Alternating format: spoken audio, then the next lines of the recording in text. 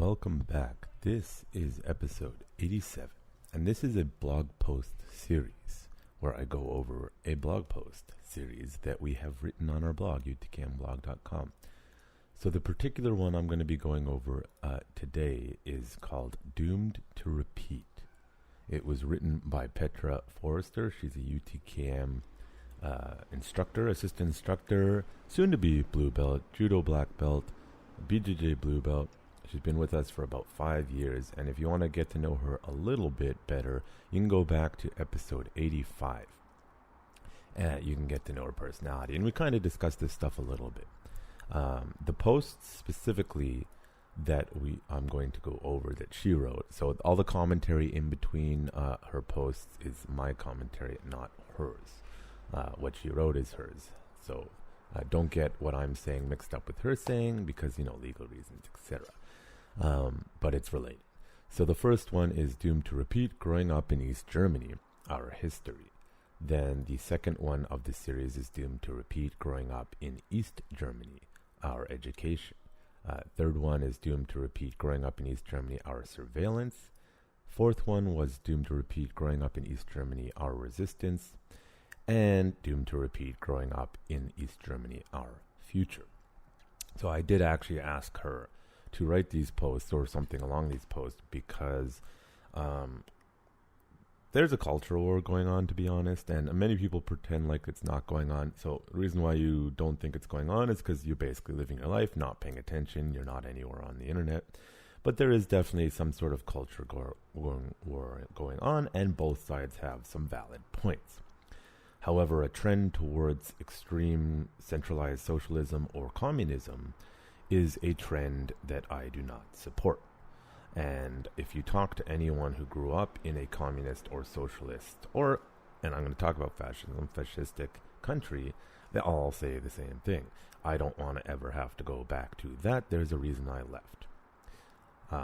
So I wanted her perspective on growing up in East Germany during when it was still under the communist USSR rule and as subsequent as it fell a little bit. But before I get more into that, let's talk about this podcast is brought to you by Urban Tactics Krav Maga, turning lambs into lions since 2013. So if you like the content, you can support us in many ways. You can go to UTKMblog.com and click on the Support Us link, and there you can donate money to us to provide you with more content, because the less I have to do other stuff, the more time I can focus on content. And you can also go to www.utkmu.com if you want to see our curriculum. So utkmu.com is where you can go to see our curriculum in video format. It has our white belt beginner curriculum and our novice curriculum. The advanced curriculum is still a work in progress, and there will be some restrictions on who can access that in the future anyways.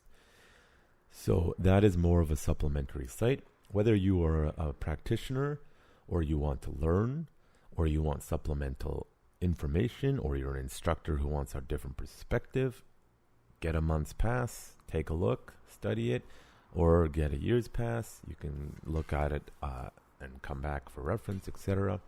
That way you get something for your money that's more tangible as opposed to just donating to us, so we can continue providing you with content, especially after COVID. We really took a hit, so anything is helpful. Thank you.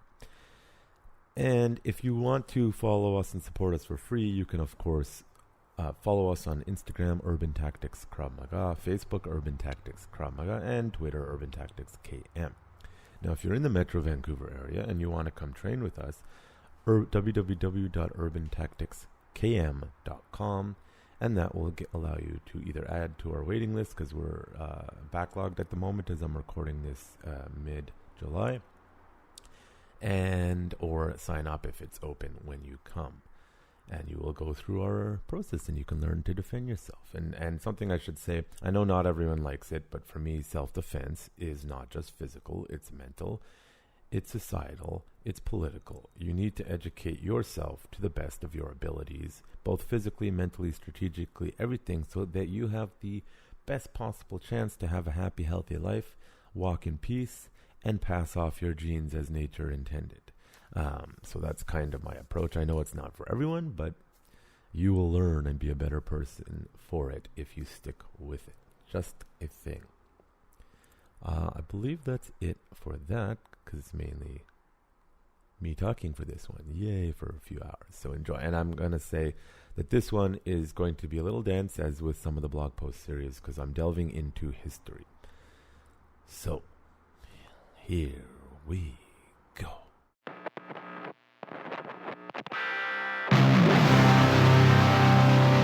You're listening to The Warrior's Day. Brought to you by Urban Tactics Krav Maga, turning lambs into lions. So I thought I would start off with some definitional things, because there's always a lot of confusion. So as Petra will spell out, when Germany fell in World War II, Germany was split into two, the Eastern Bloc being taken over by the USSR Russians, and the Western being taken over by the Allied forces. And I believe there was some sort of Berlin was separated, etc. I'll get into it a bit more after that. But it's important to understand that for up until the fall of the Berlin Wall, which was fairly recently, actually, in 1989, so I was 2 years old when it fell, so fairly recently, in my lifetime, you basically had Western Germany that was capitalistic and open free market relatively to German culture, which I don't actually know too much about the specifics of German culture, etc. And the East Germany, which was under communist regime. You can guess which one fared better. No shocker there. But let's take a few looks at some definitions. I'm going to look at the fascist definitions, communist definition, and socialism, because often people get them muddled and they mix them up. And this one's bad because of this. And people focus on fascism because of Hitler, because he's the most famous of all the dictators. But communism has killed more people by a long shot. And I'll talk about Stalin and Mao after. And so the idea that people and organizations are drawing towards communism and Marxist ideology, I'll talk about Karl Marx as well, is deeply disturbing, because it's never worked out. So let me just go over some definitions first. So I'm going to draw from Merriam-Webster Dictionary, Wikipedia, and I believe dictionary.com later on. Now, I just want to point out Merriam-Webster Dictionary seems to be quite woke. So they tend to play up the fascism and play down the communism. So let's just say fascism as according to Merriam-Webster Dictionary. Fascism, noun. Definition of fascism. 1. Often capitalize a political philosophy, movement, or regime such as that of that fascist. The exalts nation and often race above the individual, and that stands for centralized autocratic government headed by dictatorial leader, severe economic and social regimentation, and forcible suppression of opposition. 2. Tendency towards actual exercise or strong autocratic dictatorial control. I would just like to say, them talking about the race thing is often what people focus on, because that's what Hitler did. Mussolini created fascism in Italy, and they didn't really care that much about that. It was more of a military dictatorship. Now let's talk about what Wikipedia says about fascism. So, fascism from Wikipedia is a form of far-right authoritarian ultra-nationalism, right? So the nationalism thing is definitely, but the race thing is, it's been added in later on, I think. Anyways, continuing. Characterized by dictatorial power, forcible suppression of opposition, and strong regimentation of society and of the economy, which came to prominence in the early 20th century. The first fascist movement emerged in Italy during World War I, before spreading to other European countries. Opposed to liberalism, democracy, Marxism, and anarchism, fascism is placed on the far right within the traditional left-right spectrum. Although I would say it's a full circle in the end. As soon as it goes to authoritarianism, it's all the same crap, with slight technical differences.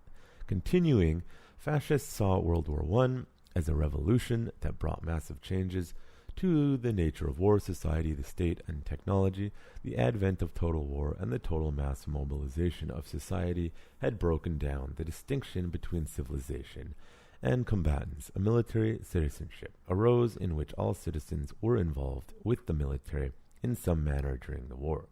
The war had resulted in the rise of a powerful state capable of mobilizing millions of people to serve on the front lines and providing economic, production, and logistical to support them, as well as having unprecedented authority to intervene in the lives of citizens.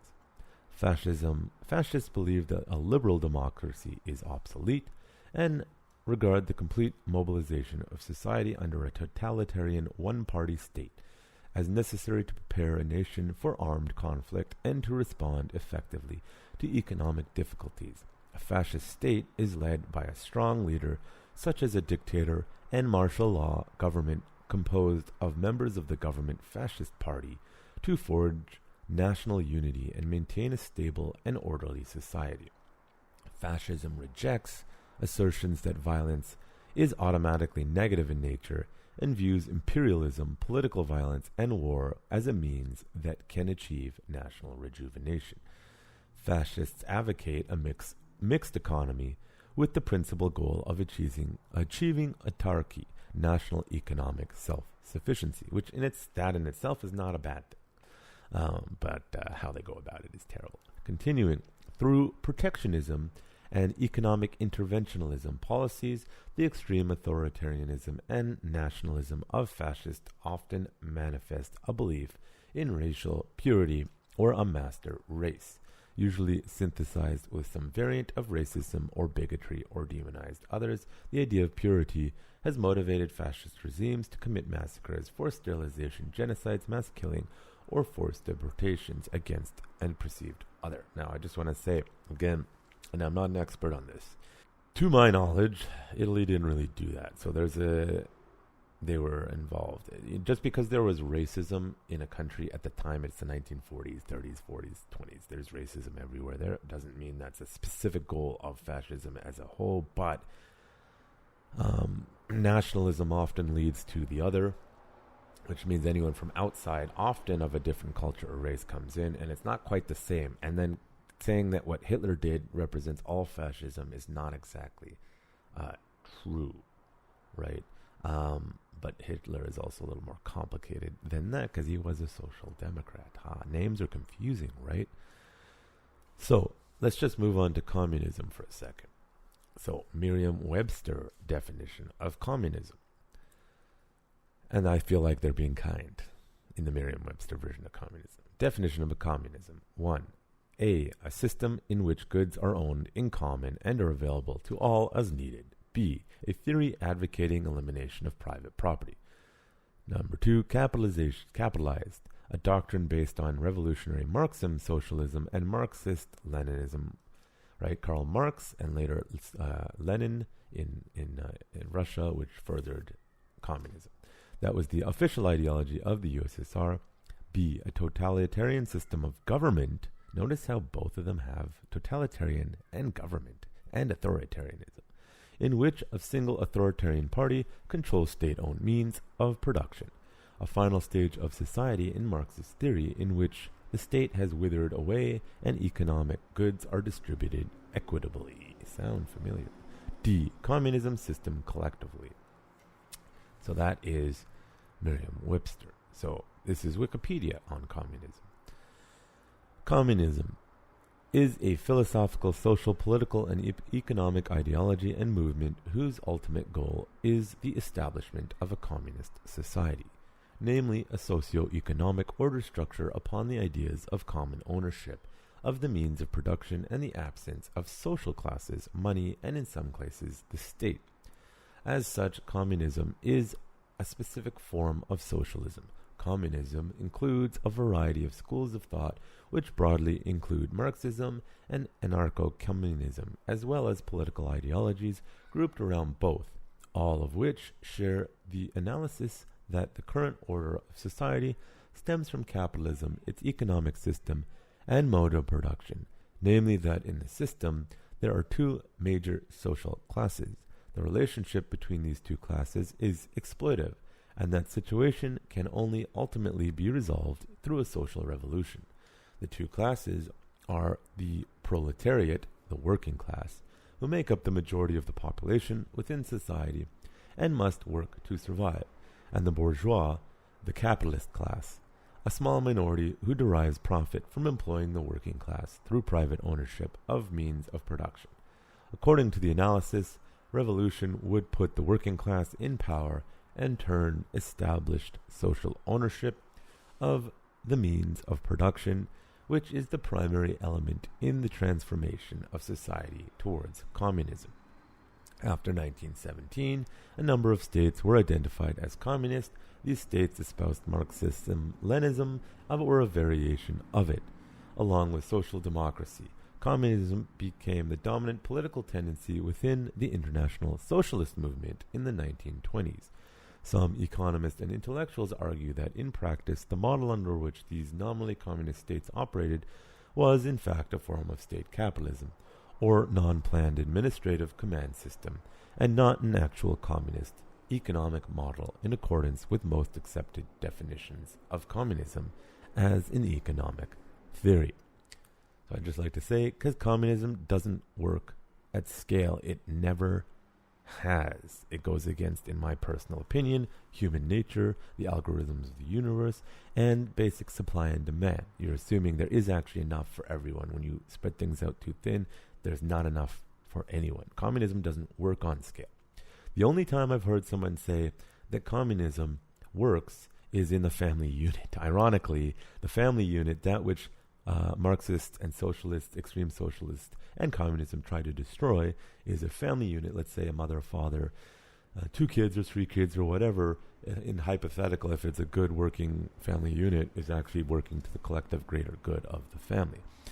Or early days in Israel, the kibbutz, which were communes, were very communist early on, as in even if you were married to someone, you couldn't live alone with them in the tent. You had to have a third party because they wanted to break up the family unit.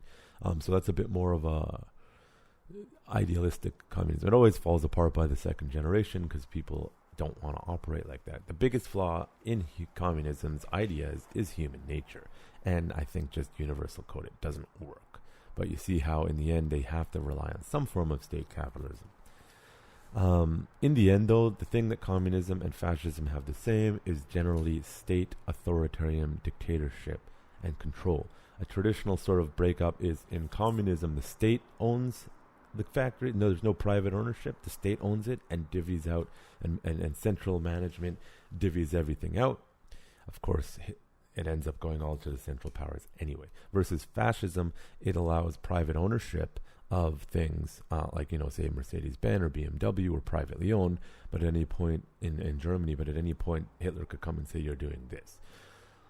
From an efficiency standpoint, it's actually more efficient because you're kind of letting those who can do, manage, and build and innovate, and then you come in and tell them what you will or will not like.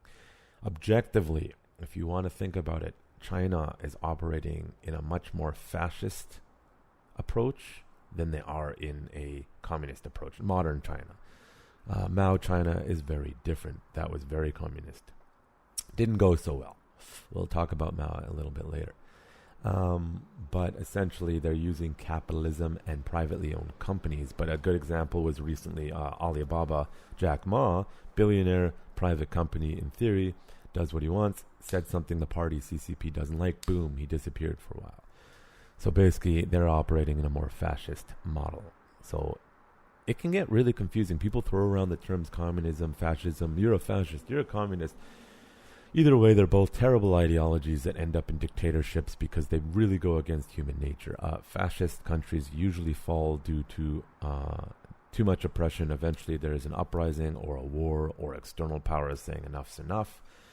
While as communism usually collapses because it's not a sustainable model, and anyone and everything. Every country that has full-on communism collapses. And you can be like, oh, but the U.S. interferes. Well, sure, so does every other country. Every country interferes in every other country's business, so stop pretending like it's only one person who does that.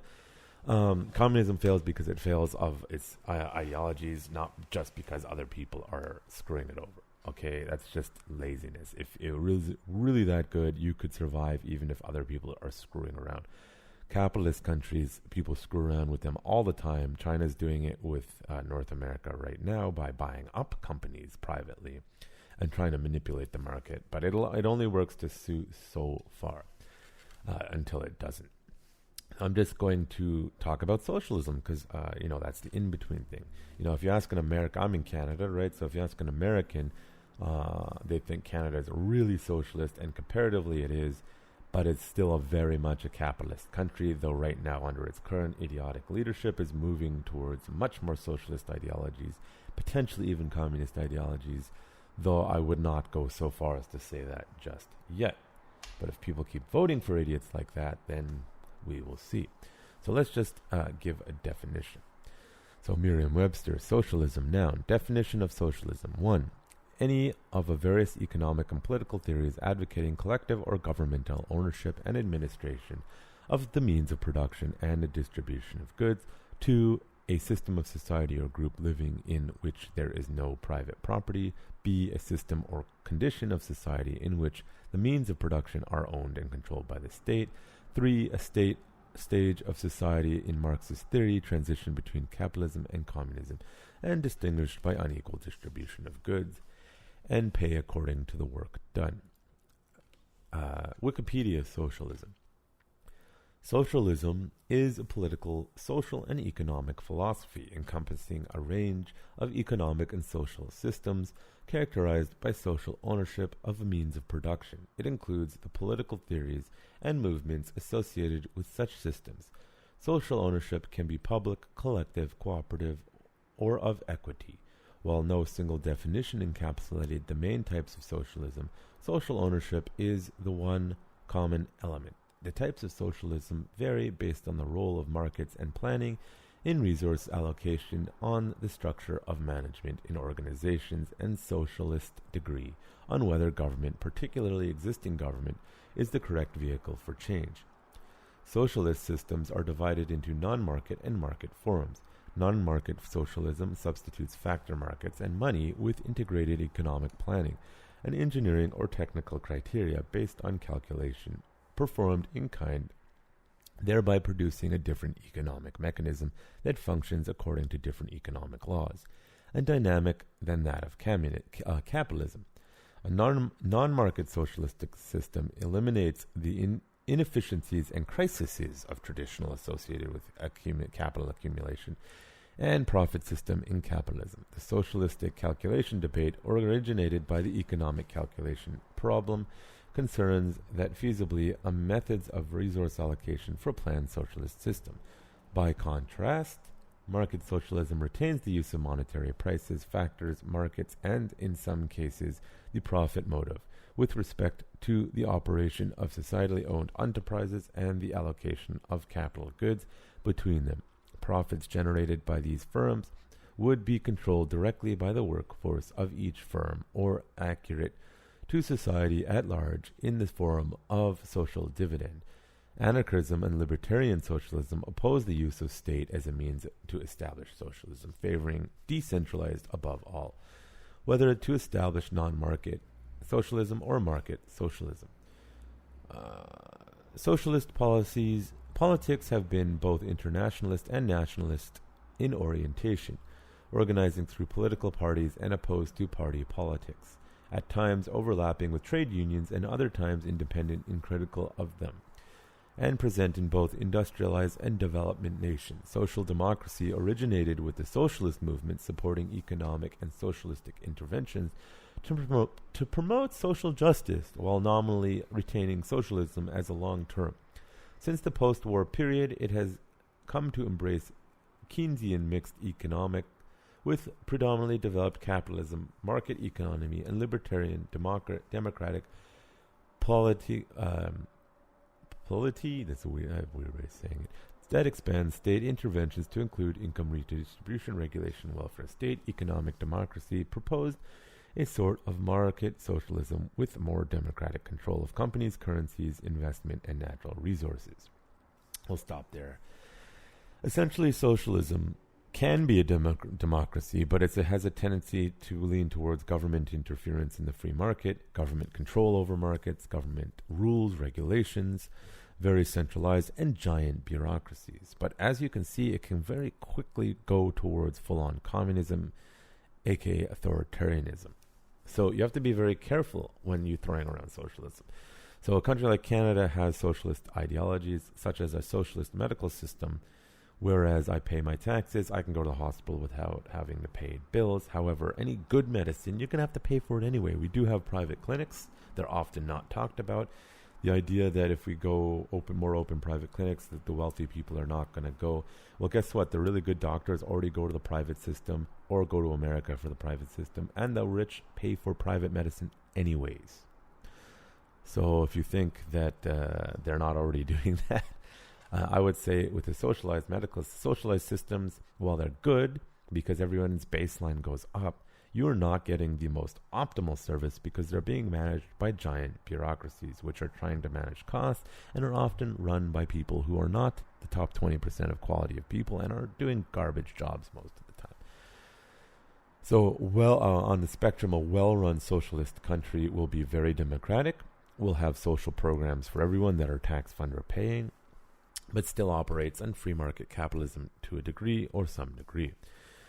Good examples of the countries that everyone likes to talk about socialism are like the Nordic countries, but you can't be a freeloader there from my understanding. I really need to look into it more. But as far as full-on communist or like full socialist countries, name a country that is geographically large, has a population demographics that is very diverse, that is a successful full-on extreme socialism or communist country. Go. You can't, doesn't exist. They all rely on some form of capitalism to sustain themselves, because the more you try to control, the more you lose control, because you can't control and predict for all the possible variables. Often countries that work well in socialism or communism, as soon as they diversify their population or ideologies, it falls apart because they only work when everyone agrees and plays by the rules.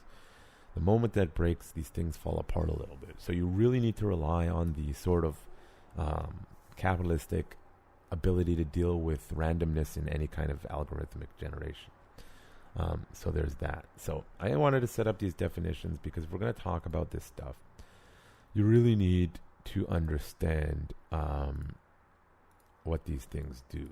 Now, World War II, I'm going to discuss the results of the extreme ideologies of these. So, first I'll talk about Hitler and the Nazis and kind of what they did, the deaths among them. But I want to talk about, because I've had arguments with a lot of people who just don't know or refuse that though, and I'm a Jew, though Hitler is a horrible human being who did horrible things and killed my people, tried to wipe my people off the map along with other people, he still killed directly or indirectly less people than Stalin and Mao.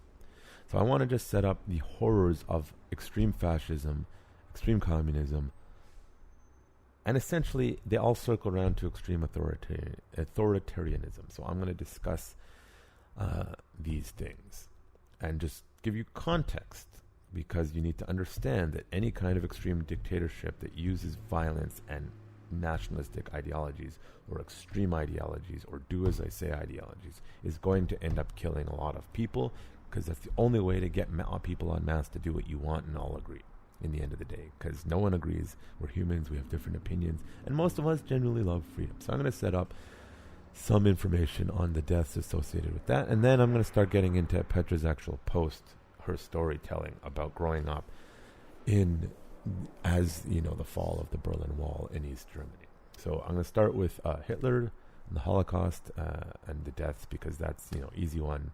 Well, it's not easy to talk about, but it's easy as far as most people are aware of that. So this is from the United States Holocaust Memorial Museum, so documenting numbers of victims of the Holocaust and Nazi persecution. So this, a lot of you are probably familiar with it. It's taught over the world, evil Nazis, evil fascists. So I'm going to read about it, but I just want to remind you, leading into this, communists killed more people. But Hitler was the bad guy for the most of Western world, so that's how it's been framed. Obviously, he's the bad guy, but there's more to it. So we'll just read through what's on this page. Again, link in Show notes. The Holocaust is the best documented case of genocide, despite this calculating the exact numbers of individuals who were killed as the result of Nazi policies is an impossible task. There is no single wartime document that spells out how many people were killed. So what that really means is this is the most well recorded, but it's not perfect, as opposed to Mao and Stalin's killings, which are not very well recorded. So, 1. Towards the end of the war, the Nazis and their collaborators attempt to destroy much of the existing documentation and other physical evidence. That is a common practice. 2. To accurately estimate the extent of human losses, scholars, government agencies, and Jewish organizations since 1940 have relied on a variety of different records, including census reports, captured German and Axis archives, and post-war investigations. 3. Current estimates might change as new documents are discovered or as historians arrive at a more precise understanding of the events, while no precise numbers are likely to ever be determined after 70 years of research and increasingly open archives. These ranges are likely not to change dramatically in the years ahead. So, okay, this one's not too long, so let's go through it all. Introduction. The Holocaust was a systematic, bureaucratic, state-sponsored persecution and murder of 6 million Jewish men, women, and children by the Nazi regime and its collaborators. The Nazis, who came in power in Germany in January 1933, believed that the Germans were a racially superior, and they wanted to create a racially pure state. Jews deemed inferior were considered an alien threat to the so-called German racial community. Side note, hilariously, the baby used to show what a perfect Aryan baby looked like was actually a Jewish child. Hilarious screw up. It's like secret insert. Jews are everywhere. No, I'm joking. Continuing. Also, this is a very serious topic, so I'm trying to keep it light, but that doesn't take away from the atrocities. So, during the era of the Holocaust, German authorities also targeted and killed the other groups, including at times their children because of the perceived racial and biological inferiority. Roma, Gypsies, Germans with disabilities, and some Slavic people, especially Poles and Russians. Other groups were persecuted on political ideologies and behavioral grounds, among them communists, socialists, Jehovah's Witnesses, and homosexuals. So basically, you don't agree with us, your ideologies are wrong, or we think you're weird, we're going to kill you.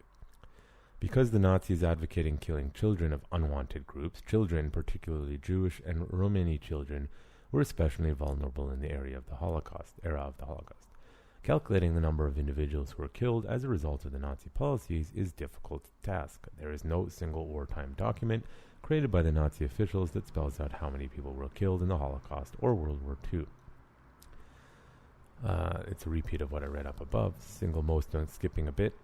The single most important thing to keep in mind when attempting to document numbers of victims of the Holocaust is that no one master list of those who perished exists anywhere in the world. And there's documenting some numbers. I'll just skip down. So, number of deaths, this is what they're listing based on what we know. So, Jews, 6 million. Soviet civilians, 7 million, including 1.3 million Jews who are included in the 6 million figure. So, it's of that 7 million, it's already been accounted for 1.3 million. So there's 12 million Soviet prisoners of war, so around 3 million, so about 9 million. Non-Jewish Polish citizens, about 1.8 million. So you're looking at just over 10 right now, 10 million people. Serbian civilians on the territory of Croatia, Bosnia, and Herzegovina, about a little over 300,000. People with disabilities living in institutes, about 250,000. Roma, 250 to 500,000. Jehovah's Witness, 1,900. Repeat criminal offenders and associates, 70,000. German political opponents, unknown. Homosexuals, hundreds, possibly thousands. So, as a result of the death camps and persecution, etc., you're looking anywhere from, let's just say 12 to 15 million people. This not including soldier deaths. So the whole war took more. But as far as systematic murder, it was about, let's say, a very liberal number is 15 million people. And then it goes into Jewish law by location, but you get the idea. And then more on the documentation. But I think that sums it up. And there's so much information on that. You can look it up yourself for the most part.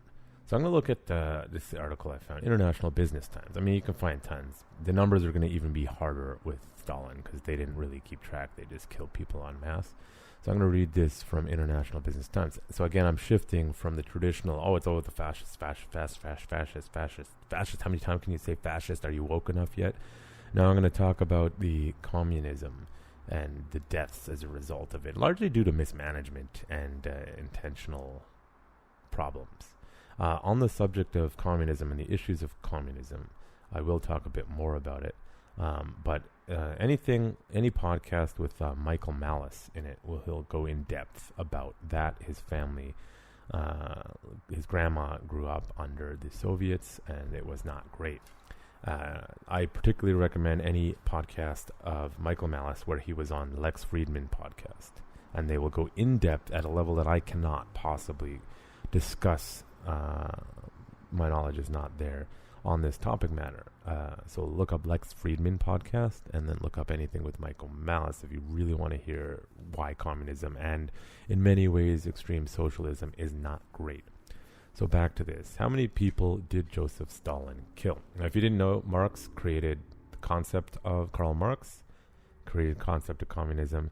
Lenin and Trotsky and Stalin kind of got it going, with Lenin being sort of the forefather. And then when Lenin died, Stalin just went full ham dictator, authoritarian psychopath. Not great. So, Joseph Stalin, who died 60 years ago, this was written, I should say, by Polash Gosh, 2013, I believe. So, Joseph Stalin, who died 60 years ago in Moscow, was a small man, no more than 5'4", the abused son of a poor alcoholic Georgian cobbler, Joseph Vissarionovich. I cannot say that name. Also had a withered arm, a clubbed foot, and a face scarred by smallpox, but he stood very tall as one of history's most prolific killers. Stalin's extremely brutal 30-year rule as absolute ruler of the Soviet Union featured so many atrocities, including purges, expulsions, forced displacement, imprisonments in labor camps, manufactured famines, torture, and good old-fashioned acts of mass murder and massacre. Not to mention World War II. That complete toll of bloodshed will likely never be known. They really don't know the numbers. An amoral psychopath and paranoid with a gangster's mentality, Stalin eliminated anyone who ever was a threat to his power. He's well known, by the way, for doing Photoshop before Photoshop was even a thing. So if you look at textbooks or photos from even like a year apart, people will be disappeared and they'll republish the new things as if these people never even existed. So including and especially former allies, he was very paranoid. He had absolutely no regard for the sanctity of human life. But how many people is he responsible for killing? In February 1989, 2 years before the fall of the Soviet Union, a research paper by Georgian historian Roy Alexandra Medvedev, published in the weekly tabloid Argumenty i Fakti, estimated that the death toll directly attributed to Stalin's rule amounts to some 20 million lives, on top of an estimated 20 million Soviet troops and civilians who perished in the Second World War, for a total of about 40 million. And why his soldier deaths are relevant is because he basically told his soldiers, you go forward or you die. So he was basically sending his soldier to the death, like knowingly to the death. Not, hey, I'm sending you, I hope you come back alive. It's, you're going to fight, you're probably going to die, I don't really care. There's a line in Futurama, how'd you beat them? Well, we found out the killbots had a set limit of kills, and then they would shut down, so we sent wave after wave after wave after wave of men until the killbots hit their set limit. Something like that. The Germans will get tired eventually. I don't care about my people. Go fight. So anyways, continue. It's important that they published it, although the numbers themselves are horrible. Medvedev told the New York Times at the time, those numbers include my father. So Medvedev's grim bookkeeping, including the following tragic episodes: 1 million imprisoned or exiled between 1927 to 1929, 9 to 11 million peasants forced off their lands, and another 2 to 3 million peasants arrested or exiles in the mass collectivism program. 6 to 7 million killed by artificial famine, 1932 to 1934, 1 million exiled from Moscow and Leningrad in 1935, 1 million executed during the Great Terror of 1937 to 1938, 4 to 6 million dispatched to forced labor camps, 10 to 12 million people forcibly relocated during World War II, and at least 1 million arrested for various political crimes from 1946 to 1953. Although not everyone was swept under the aforementioned events died from natural causes, Medvedev's 20 million non-combative deaths estimate is likely to be a conservative guess. I've heard anywhere from 30 to 50 million. Right, they didn't keep tracks. That's one thing different with the one thing is you can say for sure is that let's say Hitler had won the war and continued, the Germans were efficient in typical German fashion and were exceptionally systematic and killed a lot of people in a very short time. Whereas the communists, it's more of, we need you to go away, we need you to die, you work in this camp till you die, forced marches, we're just going to starve you to death, we don't really care. It was not as systematic, and they were not directly murdering people, but they were purposely trying to kill people off. Continuing. Indeed, Alexander Solzhenitsyn, the literary giant who wrote harrowingly about the Soviet Gulag system, claimed the true number of Stalin's victims might have been as high as 60 million. Most other estimates from reputable scholars and historians tend to range between 20 to 60 million. So my range is probably more accurate because it's probably in the middle, but I'm guessing. I know nothing. In his book, Unnatural Deaths in the USSR 1928 to 1954, I.G. Daikin estimates that the USSR suffered 56 to 62 million unnatural deaths during the period, with 34 to 49 million directly linked to Stalin. Right, so you get an idea. There's some more here, but I'll leave it at that. So I just want to point out, a lot of people will focus on Hitler and the Nazis' systematic approach to killing people, but what you may not realize about communism is it doesn't work because of human nature. The only reason you can get it to work, even remotely, is by forcing people to do what you want. And when they don't, you have to kill them. That is how it works, because it doesn't work. So only through authoritarian dictatorship will it ever work. Guess what? With capitalism, it's not a perfect system and people are douchebags, but guess what? It'll figure out a way to sort itself out eventually. Just saying. So obviously Stalin, just on the their approach, the numbers dwarf Hitler's by anywhere from double to 5 times what Hitler did. Yes, over a long time frame, but still, it's not the point. Communism has killed more people directly and indirectly than Hitler did by a long shot. So that's just that. And I know Jordan Peterson talks about Solzhenitsyn a lot. Archipelago, the Gulag Archipelago or something like that is the book. It's too dense for me. One day maybe I'll get around it, but and then I have here from Wikipedia, excess mortality in the Soviet Union under Joseph Stalin. Estimates of the number of deaths in the Soviet Union. Soviet dictator Joseph Stalin vary widely. Some scholars assert that record keeping of the executions of political prisoners and ethnic minorities are neither reliable nor complete, while others contend that archival material declassified in 1991 contain irrefutable data far superior to sources used prior to the dissolution of the Soviet Union and the archival revelations. Some historians estimated that the numbers killed by Stalin were 20 million or higher. After Soviet Union dissolved, evidence from the Soviet archives was declassified and researchers were allowed to study it. This contained official records of over almost 800,000 executions, around 1.7 million deaths in the gulags, which are forced work camps. So basically you got sent there. Yeah, it's like, 20-year sentence. You're basically getting a death sentence. You're not making it. Some people did, but very few people did. So 390,000 deaths during the dekulakization, forced resettlement, and the 400,000 deaths of persons deported during 1940s, with a total of 3.3 million officially recorded victims in the categories. The deaths of at least 5.5 to 6.5 million persons in the Soviet Union just from famine alone, because they screwed up.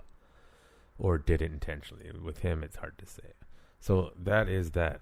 Now, let's look at Mao Zedong. It's a similar situation. They don't have accurate records. Mao Zedong was not a bright man. And he basically, through incompetence and bad ideas, killed a lot of people. And also because of fear.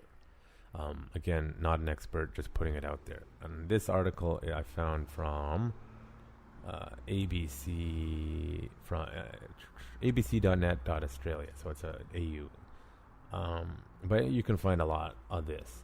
So this was in 2010, Thursday, September 23, 2010. This is when this was released by Mark Colvin. So 20th century brought forth many monsters. Many of them are recognized as such. Very few people have any illusions about the scale and atrocities of the actions of Pol Pot, Stalin, or Hitler. Pol Pot was Cambodian. I think several million people. But for some reason, Mao Zedong has escaped some of the disgust and contempt that most people retroactively feel for the dictators of the last century. If you didn't know Mao Zedong, China. He got communism in China. There are still shops selling Mao memorabilia, from posters and badges to copies of the Little Red Book.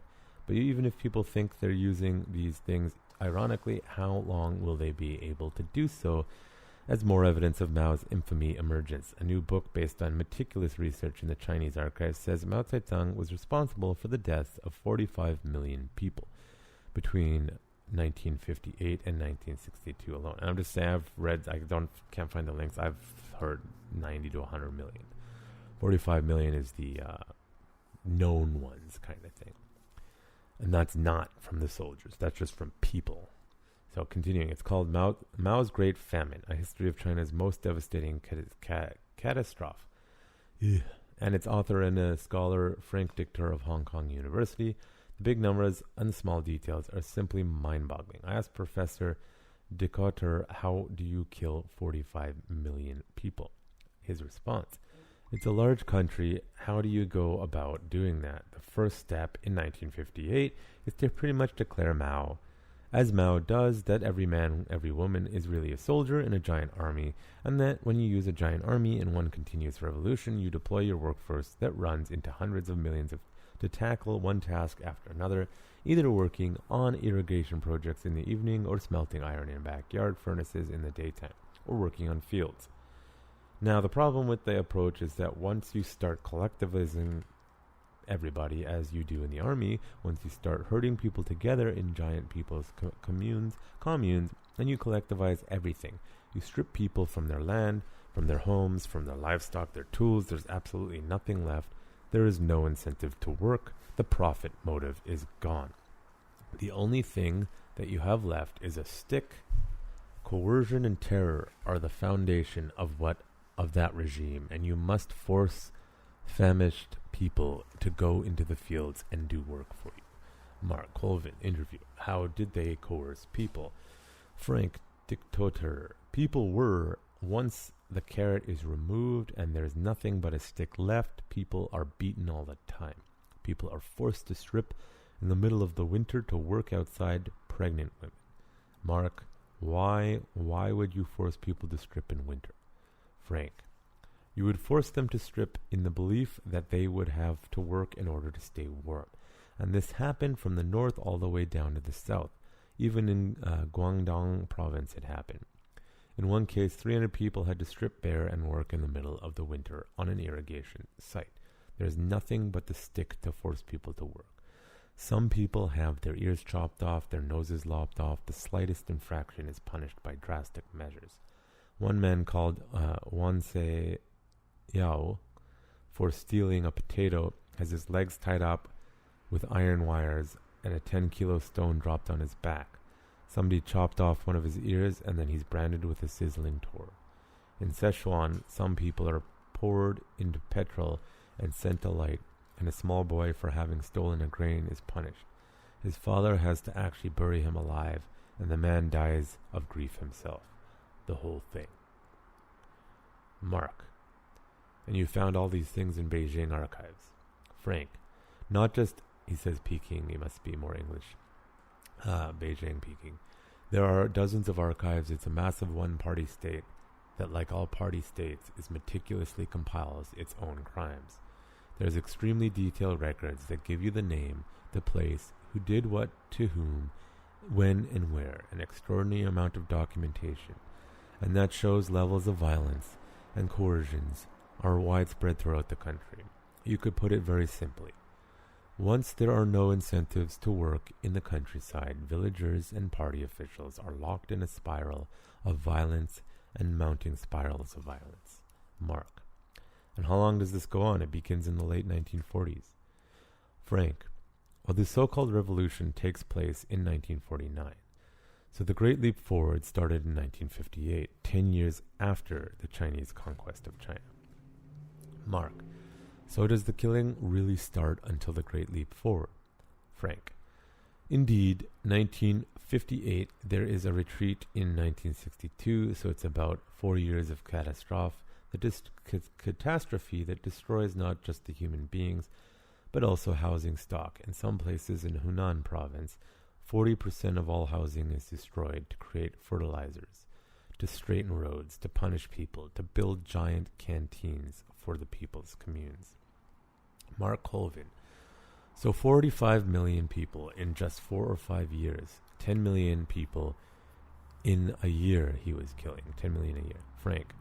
That's pretty much it, yes.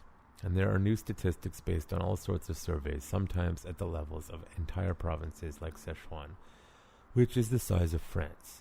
Extremely detailed surveys by the very public security bureaus themselves. Mark. How much of this was also reinforced with maths, political, brainwashing? Frank. A lot. Even before this, all starts in 1957. There is purge carried out to get rid of party members who somehow don't toe the line. Hundreds of thousands of party cadres are dismissed and replaced by very hard, unscrupulous men who are willing to trim themselves to benefit from these radical whims that blow from Beijing Peking. And for the ordinary man on the street, farmers know very well that there is no point in speaking out or doing anything that might go against the grain. Falling asleep at the meeting is enough to warrant a beating. People who don't turn up in the morning in the canteen get beaten. Some of them get banned from the canteen because they don't work hard enough. Nobody wants to speak out in the circumstances.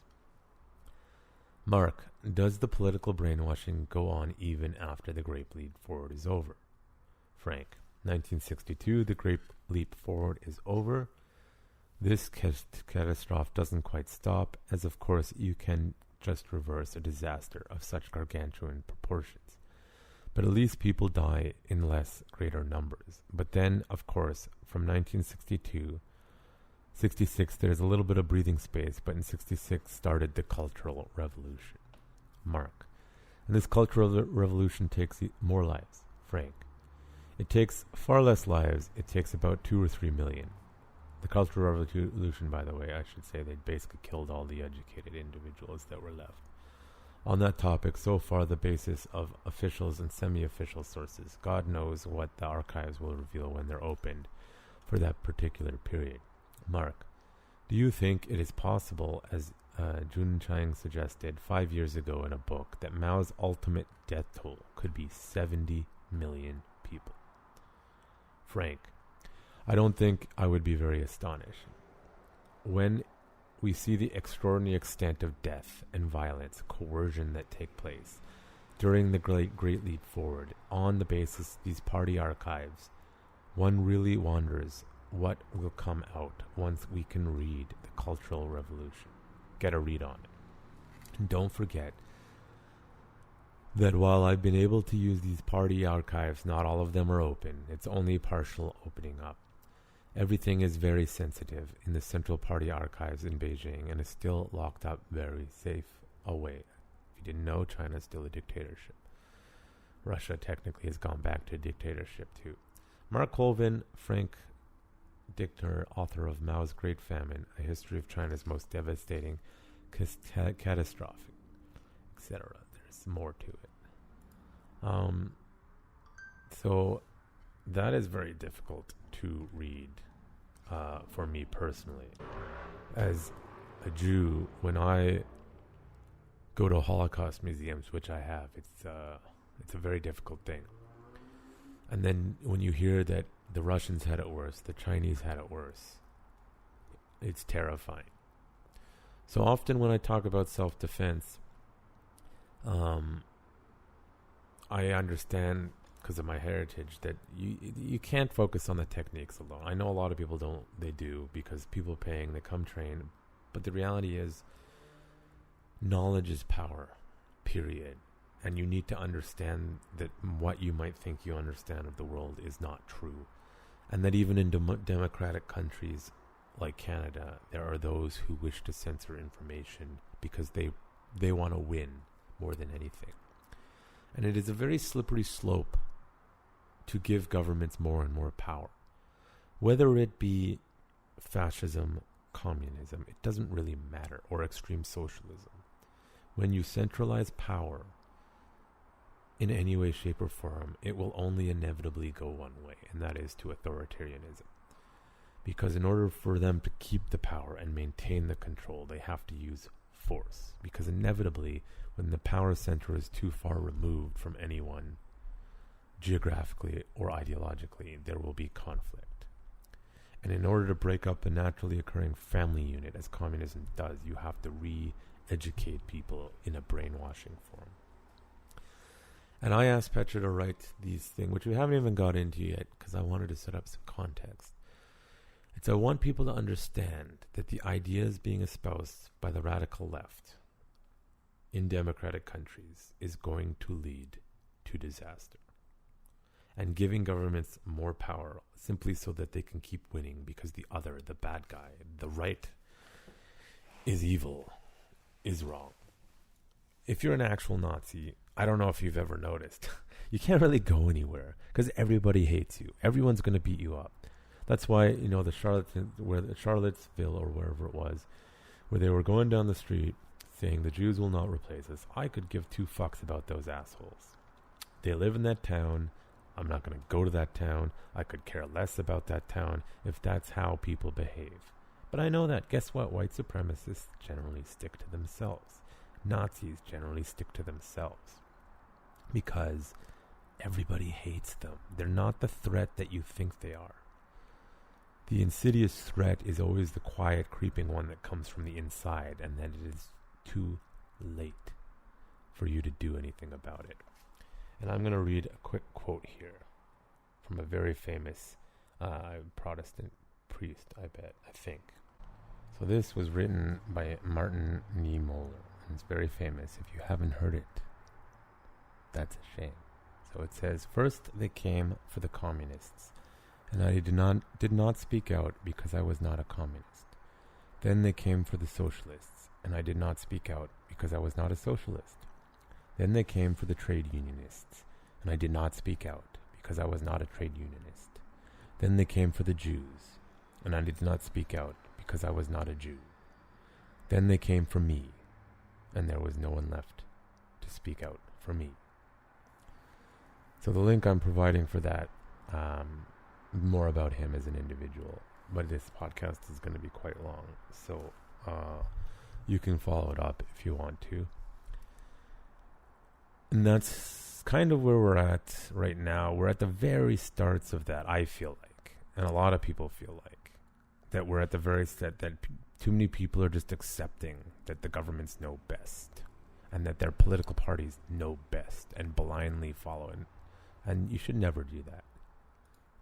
Ever. So just to put it out. So I wanted to set up some context before I get into Petra's posts. And you can find stories like Petra's all over the world. It was that I wanted to set up the definitions of fascism, communism, socialism, because there's a lot of confusion, and the media and certain political parties use a lot of doublespeak. I'll get into that afterwards, to confuse you between the differences. And I would like to point out a group like Black Lives Matter openly is a Marxist organization. They want to destroy the family unit. It's a Marxist organization. What does being Marxist have to do with bettering black lives in America?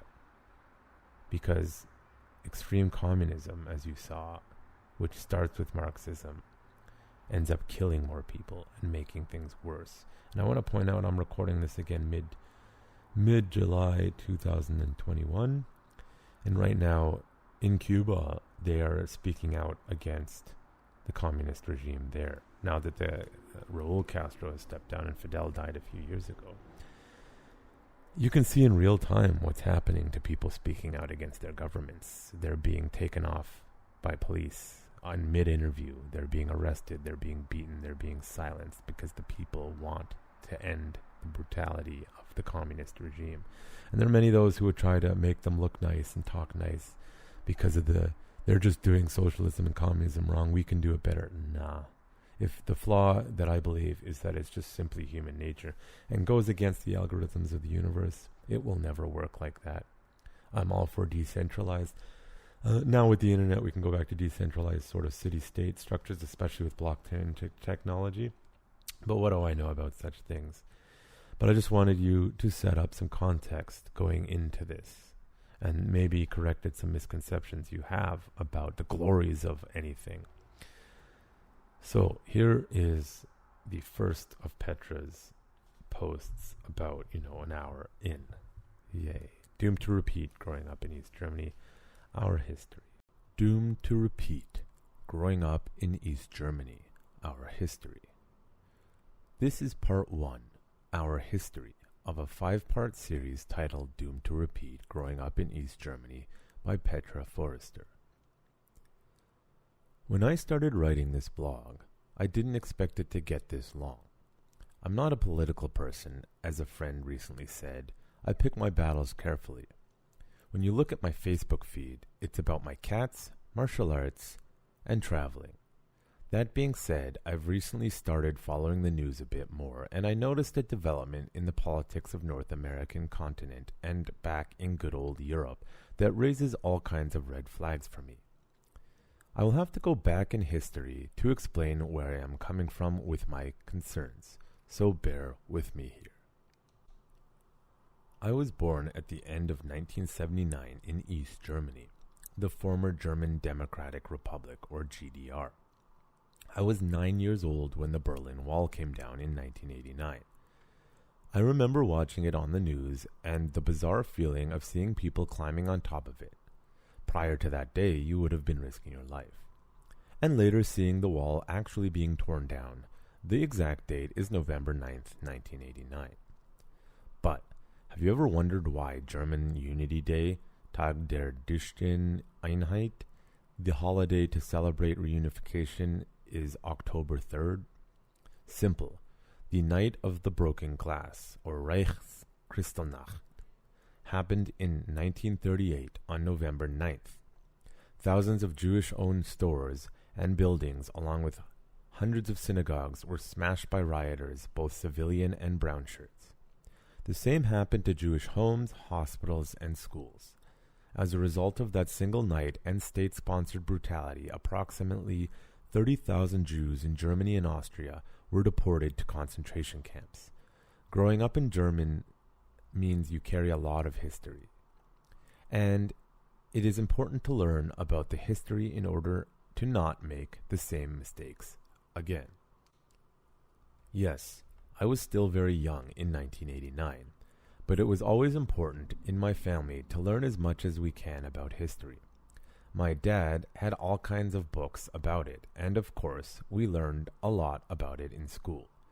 But here is where it gets a bit complicated, because history books are written by the victors. Depending on where you grow up, the angle on events might be different, or some facts may be omitted, which is, again, very strange since history happened. You might think those facts are objective, but depending on the system you live in, they may give events a different spin. Let's circle back to my background and my attempts to get things lined up so that they may make sense. I try not to go into too much detail as it is incredibly complex, but I will try to cover the most important things and fit it all together. After World War II, 1939 to 1945, Germany was divided into different zones. West Germany, which was split into 3 zones, each controlled by a different country, USA, Great Britain, and France, and East Germany, which was under control of the Soviet Union. Berlin, the capital, was split into East and West Berlin, East Berlin being controlled by the Soviets and West Berlin controlled by the USA, Great Britain, and France together.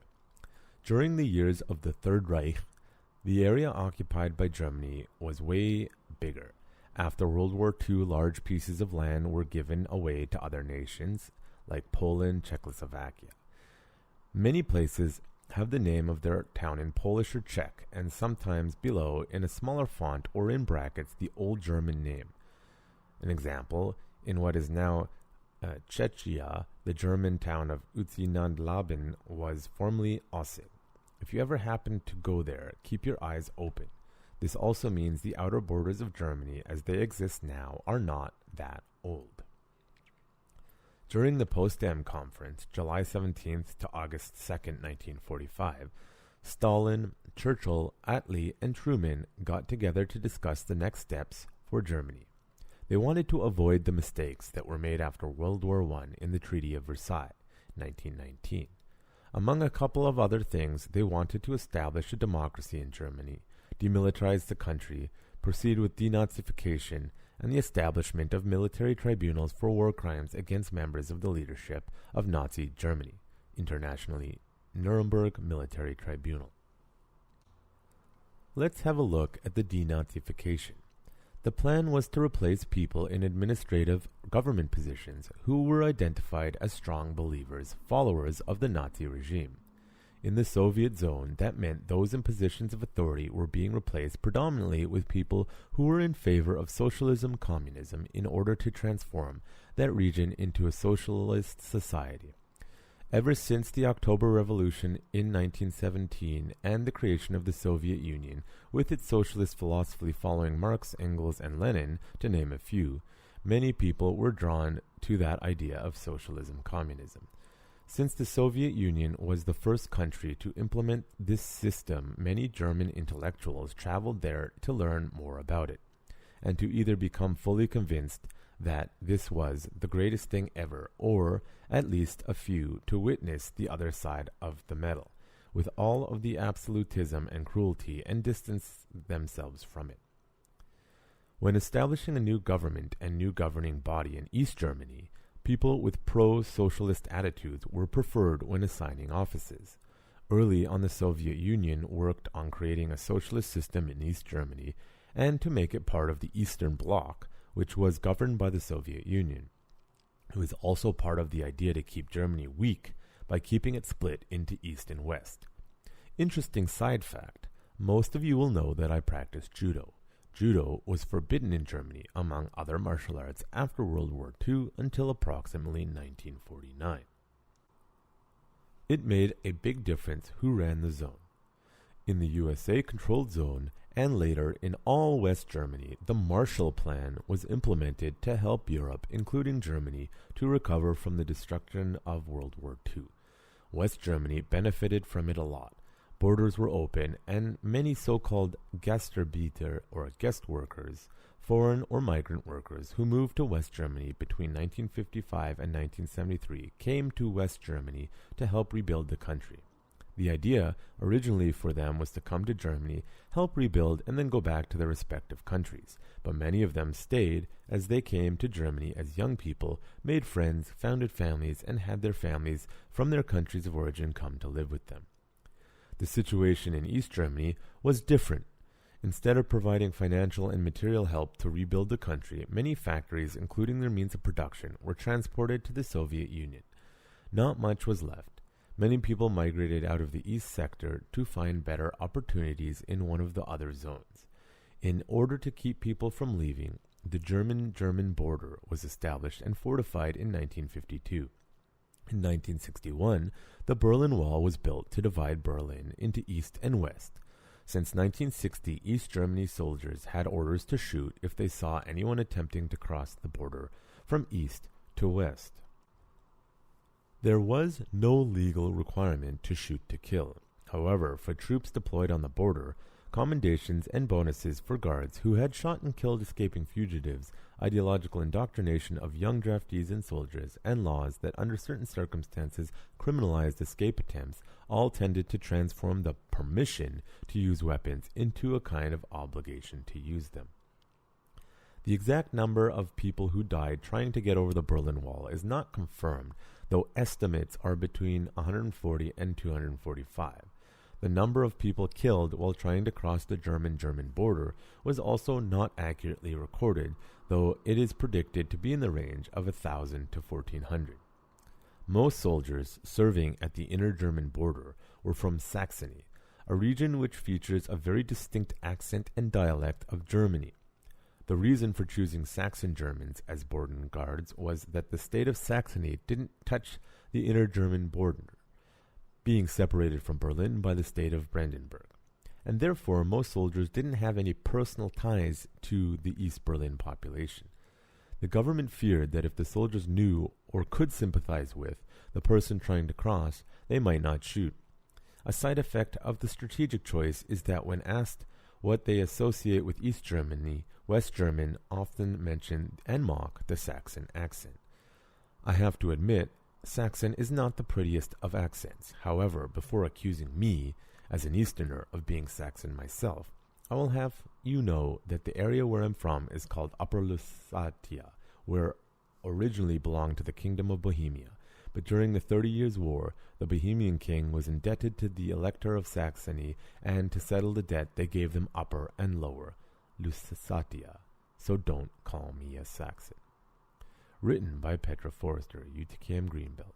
For training online, visit www.utkmu.com. If you're in the Metro Vancouver area, come learn with us in person and sign up at urbantacticskm.com.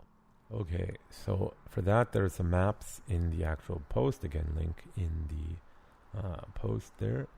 So you need to understand she's setting up some context about how kind of Germany led to that. Again, if you go on Netflix, there are some great documentaries about World War II and Hitler and the battles.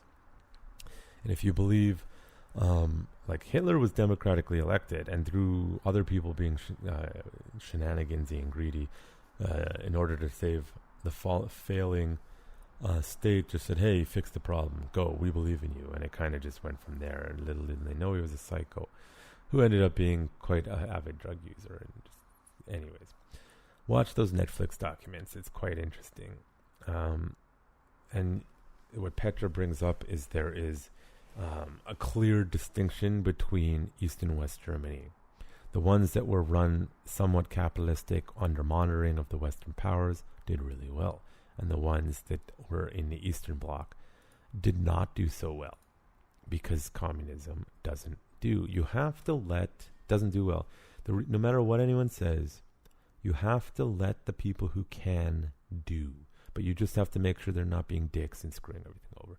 If you treat everyone the same and give everyone the same and spread everyone the same, you have no progress forward, because those who can do don't have the resources to do it. And the governments are just going to mismanage it because they're not necessarily the most competent people. You have to let innovators innovate, and the best way to do that is through capitalist ideologies. You just need laws that prevent people from being dicks, like anti-monopoly laws, for example. You can't just outright buy out or destroy or screw over your competition.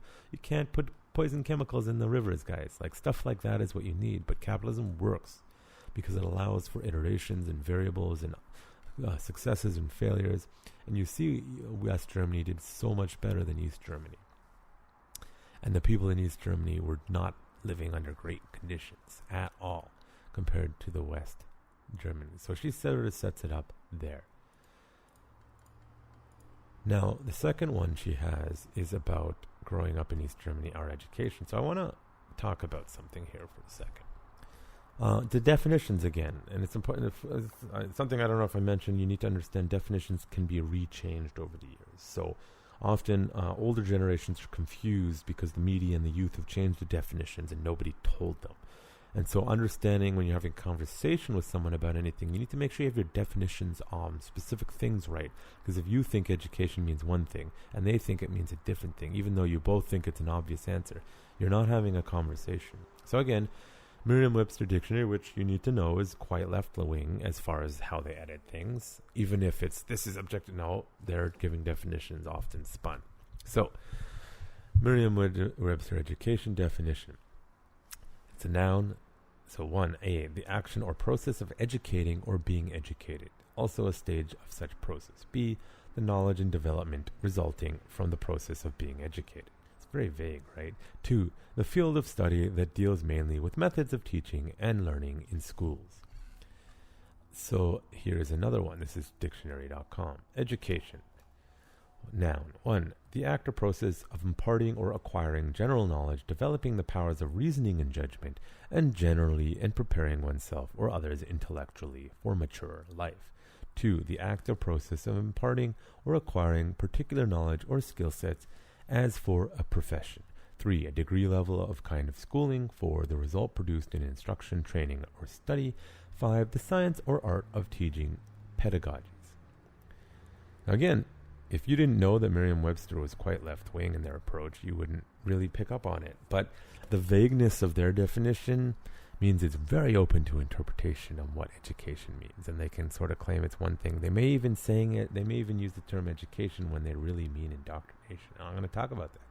The definition in dictionary.com, and I'm not sure who these guys are anymore, the spins, it's much more detailed, more specific, is less ambiguity in the definition. So I much prefer that definition. Now let's look up indoctrinate in the Merriam-Webster dictionary. Verb, to imbue with a usually partisan or sectarian opinion, point of view, or principle. 2, to instruct especially in fundamentals or rudiments, teach. Interesting. Dictionary.com. Noun. They're defining it as a noun. I guess it could be both. The act of indoctrinating or teaching or inoculating a doctrine, principle, or ideology, especially with one specific point of view. Again, Merriam-Webster, you guys, their definitions are problematic, I think. I really do. The dictionary.com are much more preferable. They're very more specific in what they really mean.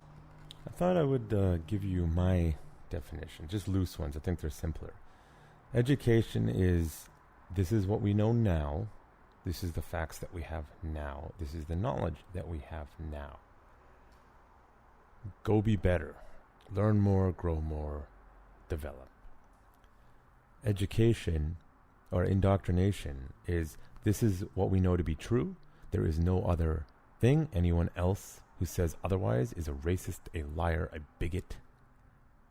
You must believe this or else. Sound familiar? There's a lot of people in the school system pushing ideas saying anything other than this is wrong and you're a racist. That's indoctrination. You should be against indoctrination. Indoctrination is pushing a singular idea over all else. This is not scientific approach. This is not a smart approach. Eliminating all possible things that don't agree with you is going in the way of authoritarianism, which will lead into deaths of potentially millions of people, depending on how it goes. In the 20th century, there were two authors of predominance that were extremely important. 1984 is by George Orwell, George Orwell being the author, An Animal Farm, also by George Orwell, and then A Brave New World by Aldous Huxley. Now, Brave New World was written in 1932, 1984 is 1949, and Animal Farm is 1945. Now, these 1984 and Animal Farm were standard reading when I went to high school here in Canada, in English class usually, and they were standards in the Western literature not because they're somehow the most well-written books, though they were very well-written, but the ideas that they espouse. And my understanding is there's a lot of people demanding they be removed from education because of the ideas in the books. Well, the ideas in the books are against communism and extreme socialism. Brave New World in 1984 deal with more to do with fascist approach, but the results are still the same. If you've never read these books, I strongly recommend you do. Again, the links, I'm putting Wikipedia links in the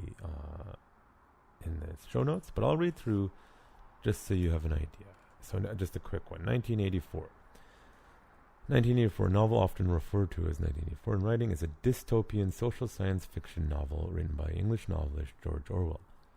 It was published on 8th of June 1949 by Secker and Wallsburg in Orwell's ninth and final book, completed in his lifetime.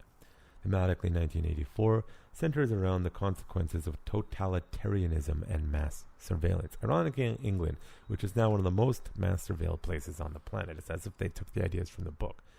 And repression regimented in persons and behaviors within society. Orwell, himself a democratic socialist, modeled the authoritarian government in the novel after Stalinistic Russia. See how that works? More broadly, the novel examines the role of truth and the facts with politics. The story takes place in imagined future in the 1984. So it's in 1949. He's talking about 1984. Or how he sees it. When much of the world has fallen victim to perpetual war, omnipresent government surveillance, historical negotiation, and propaganda, Great Britain, known as the Airstrip One, has become a province of totalitarian superstate named Oceania that is ruled by a party whose employ the thought police, the persecute individuality and independent thinking. Big Brother, the leader of the party, enjoys intense cult of personality despite the fact that he may or may not even exist. The protagonist, Winston Smith, is diligent and skillful rank and file worker, outer party member who secretly hates the party and dreams of rebellion. It goes on. Something interesting about George Orwell. He's a democratic socialist who wrote a lot of his books based off of Russian social communism, but a lot of people interpret it as fascist. He's trying against fascism. Well, he writes against authoritarianism, which is not the same thing. Then we have Animal Farm. Animal Farm is an allegory for the Russian Revolution. So just a quick one. Animal Farm is a satirical, allegorical novel by George Orwell, first published in England, etc. The book tells the story of a group of farm animals who rebel against their human farmer, hoping to create a society where the animals can be equal, free, and happy. Ultimately, the rebellion is betrayed, and the farm ends up in a state of as bad as it was before, under the dictatorship of the pig named Napoleon. According to Orwell, the fable reflects events leading up to the Russian Revolution, and then on the Stalinistic era of the Soviet Union. Orwell, a democratic socialist, was a critic of Joseph Stalin and the hostile to Moscow-directed Stalinism, an attitude that was critically shaped by his experiences during the May Day conflicts between Poe and the Stalinist forces during the Spanish Civil War. It goes on. Now, Animal Farm is a simple. You can read it even to kids and keep it simple. It's a very it shows you why communism always ends up in dictators. What's interesting about Animal Farm is I really want you to go on YouTube and look up Jordan Peterson's podcast he does with Yeonmi Park. It's called Tyranny, Slavery, and Columbia U. Yeonmi Park. It's season 4, episode 26. You really listen to it. I think it's very important to listen to that one. And if you don't cry during that one, it's hard not to. It's quite emotionally charged. So Yeonmi Park, just a quick synopsis, is a North Korean defector. Her story is crazy. She tells it in the podcast. I'm not going to go. It's insane. I cannot imagine having to live like that. She even talks about how Columbia University, a prestigious university, made her feel like she's in North Korea. But when she got out to South Korea, eventually after going through China, etc., long story, horrific story, she was told essentially that everything you believe from the North Korean dictatorship is a lie. And she said, okay, but how do I know what you're telling me is not a lie? And luckily for her, she's a voracious reader. She learned English. She learned to read. She was very educated as far as learning to go from a grade primary school, base level education, and in a year charging through to high school, finishing high school. She's a very smart person. She found Animal Farm, and she picked it because it was a short book. And she read it. And she said, now I know they're telling me the truth about North Korea. So there's some modern context. I am not even going to talk about the deaths under North Korea because we really have no idea. One day we will. So listen to that one too. And another one, Brave New World by Aldous Huxley. So I'll read this. A Brave New World is a dystopian social science fiction novel by English author Aldous Huxley, Written in 1931 and published in 1932, largely set in a futuristic world state whose citizens are environmentally engineered into intelligence-based social hierarchies. He had a very good knowledge of genetics for that time. Anyways, and just, it's very hard to start the book. It's very old English, written in a way that's it's tough to get through. But if you can get through the first third, you'll be fine. So the novel anticipates huge scientific advancements in reproductive technology, sleep learning, psychological manipulation, and classical conditioning that are combined to make a dystopian society, which is challenged by only a single individual. The story protagonist Huxley followed these books with a reassessment in an essay, Brave New World, etc. Anyways, the ending of this book, the George Orwell books I haven't read in a while. I read Brave New World more recently, and the ending is just so unsettling. It's just, you feel like that's the ending. And in many ways, Brave New World is a little bit more accurate of what's going on because people are distracted by pleasure. The authoritarians, rather than using the stick, are using the carrot and genetic engineering to control the populace. But it's quite an uneasy ending. But these books, which a lot of people are trying to throw out the window because they're all westernized books with English people, we need to get over it's irrelevant because the ideas in the book are what matter, and they are so important. If you read these books and you feel uneasy and you're saying demanding socialism or authoritarian or the other must go, you really need to think twice about your ideologies. And the reason why I'm talking about these books is because they really delve into how you can educate, or rather indoctrinate and re-educate entire populations to believe things that are psychotic. And if you read these books and you feel uneasy, it means you might like freedom more than you realize. And if you listen to Yeonmi Park's story, you might realize you like freedom more than you realized. And if you can get through all these books and that interview without crying or feeling uneasy, you're a psychopath. I'm going to be honest. The books themselves are hard to read in the sense that they're older English, so you have to be patient. The way they're written might be dry for modern audiences, but remember, it's the ideas in the books. And again, I was listening to Lex Friedman with Michael Malice, and he was talking about the communists knew that if you can go after 3 generations, so the kid, the grandparents, and the parents and the grandparents, you can change society. If you want to make a community that has been disparaged or whatever, systematic, whatever you want to call it, systematic racism, blah, blah, blah, blah, blah, you want to fix them, guess what? It's going to take 3 generations. 3 generations of educating them properly. This is the science, this is the math, this is what we know of things. Go. It's going to take 3 generations. The problem is everyone wants it now. You just really have to be patient to bring people out of what they call generational trauma. It's a thing. Now imagine your grandparents grew up under communist Mao or communist Stalin or communist anything or fascist dictators in Italy or Nazi dictatorship. Guess what? That's generational trauma too. It goes both ways. You can't pretend like it doesn't exist all over the place. But the solution is proper education, as in this is what we know now. Here's the facts of what we know now. Go prove us right or wrong and be better. Not, this is what you must believe. If you don't believe, you're racist, you're bigot, you're this. That's indoctrination. That's what communist China did. That's what Stalinistic communism did. That's what Nazi Germany did. Your ideas are not better. You're doing what they did. You need to be patient. And if it's hard for a group of people that's been not treated well or not educated to move forward, just be patient. It will take time. You force it, we're going to end up right back where we were before. So that's why I wanted to bring that stuff up. Setting up the education.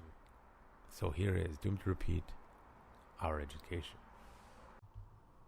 Doomed to repeat, growing up in East Germany, our education. This is part 2, our education, of a 5-part series titled Doomed to Repeat, Growing Up in East Germany by Petra Forrester. Part 1 is our history. Okay, so we've established that East Germany was a socialist system While West Germany was lucky to have Gastarbeiter, the situation in East Germany was a bit different. While here too people from other countries were brought in, mostly from Eastern European countries, Vietnam, North Korea, Angola, Mozambique, and of course Cuba, there was still a shortage of workers, though East Germany tends to brag about how progressive they were regarding treating men and women equally. I personally think that it is this shortage that forced the government to provide resources so that both men and women could contribute equally to rebuilding the country. In West Germany, you could observe a more traditional role distribution, with the husband going to work and being the main breadwinner, and the wife staying at home to raise the children. In East Germany, both were working, often in a very exhausting shift system. Early childhood education started for quite early for many children, beginning with Kinderkrippen or nursery school for very young children 5 to 6 months old, approximately to 3 years old, followed by kindergarten, garden of children, for 3 to 5 or 6-year-olds, and then starting primary school, usually at the age of 6. The positive side was that every child was guaranteed a spot in the Kinderkrippen or kindergarten. Plus, there was a lot of effort put into the education of the staff. As a child, you learned early on to be a part of the group, which is important, but this can also be used to start feeding the children into a specific social system. In my case, it was socialism. We were taught songs, German children's songs, and songs that were translated from Russian. We would listen to fairy tales from the Brothers Grimm and stories about Baba Yaga and the beautiful Vasilisa. The Soviet Union was often referred to as Großer Brüder, or Big Brother, not in the Orwell sense of Big Brother from the book 1984, but as a literal older sibling who, allegedly, was looking out for his younger siblings, the German Democratic Republic, or GDR. There were many exchange programs going on between East Germany and the Soviet schools. The first foreign language most people learned was Russian, starting in grade 5. Mine was the first generation of students who learned English first in grade 5, Russian still being added in grade 7. Keep in mind, when I was in grade 7, it was 1993. So this was happening 4 years after the wall came down and 3 years after the official reunification. The changes following the collapse of the Eastern Bloc were implemented very slowly. There is a big age gap between my siblings and myself. My sister is almost 18 years older than me, but we still managed to have a couple of teachers in common over subsequent years. When my sister was in school, one of our shared teachers reported her for wearing a blue jeans with the U.S. flag, resulting in her suspension.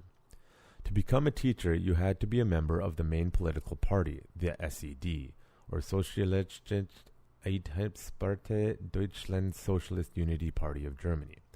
When I had the same teacher in school, 93 to 98, they were now a member of the CDU, Christliche Demokratische Union Deutschlands, Christians Democratic Union of Germany, which meant this person did a socio-political 180. Socialism considered the religion as opium for the people. As a result, there weren't many active churches in East Germany. We had friends who were Catholic, and all of their children were incredibly smart and intelligent, but because of their faith, they had a hard time getting admitted to universities. I think family friends were able to help them because I know that one of the children studied mathematics and physics at a university level. It was definitely not easy for them, and I'm sure that the Stasi, Staatssicherheit, the State Secret Service, had a close eye on them. The first lesson my dad taught me was don't believe the media, especially in countries ruled by the Soviet Union newspapers, broadcast news, and books, where these forms of media were used to manipulate the population. We were provided with books that promoted the idea of socialism. Many German authors and artists who voiced their concerns or openly criticized this philosophy were shunned, banned, not allowed to publish their works, imprisoned, or even expelled. Anyone noticing the hypocrisy? Critical thinking was not encouraged. From grade 1 to 8, students were part of the socialist youth organization called Ernst Thälmann Pioneer Organization. From grade 1 to 4, we were Jugendpionier, or Young Pioneers. And our uniforms was a white shirt with the Pioneer logo on the one sleeve and a blue necktie. From grade 5 to 8, we would wear a red necktie and were called Thälmann Pioneers.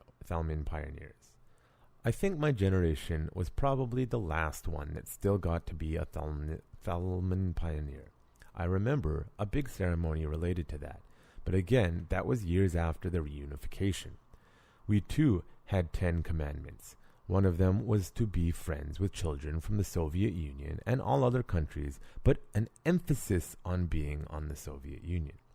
In grade 8, I would have advanced into the FDJ, the Friedrich Jugend, or Free German Youth.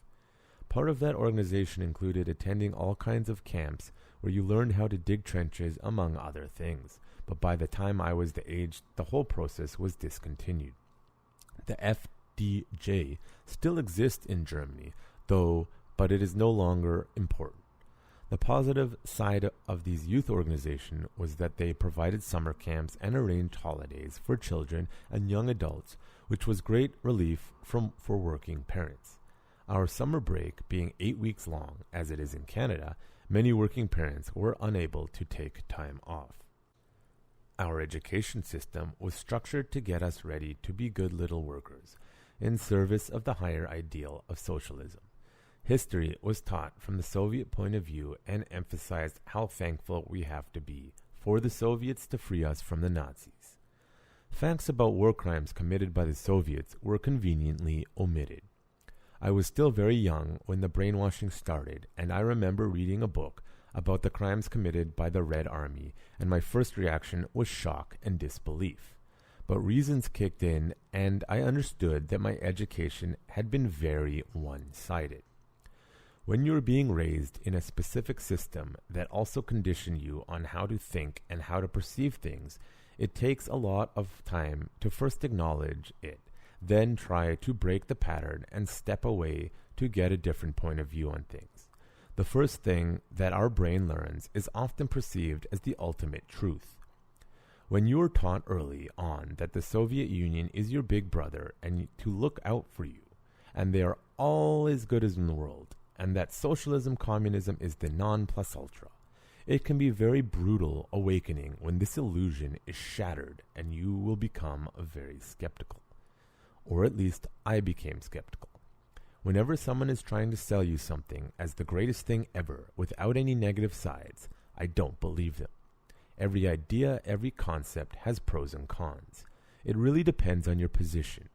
One thing that really bothers me in the social structure that pushed so hard on every side to sell us this ideology was the reporting, the subject of the next part in this series.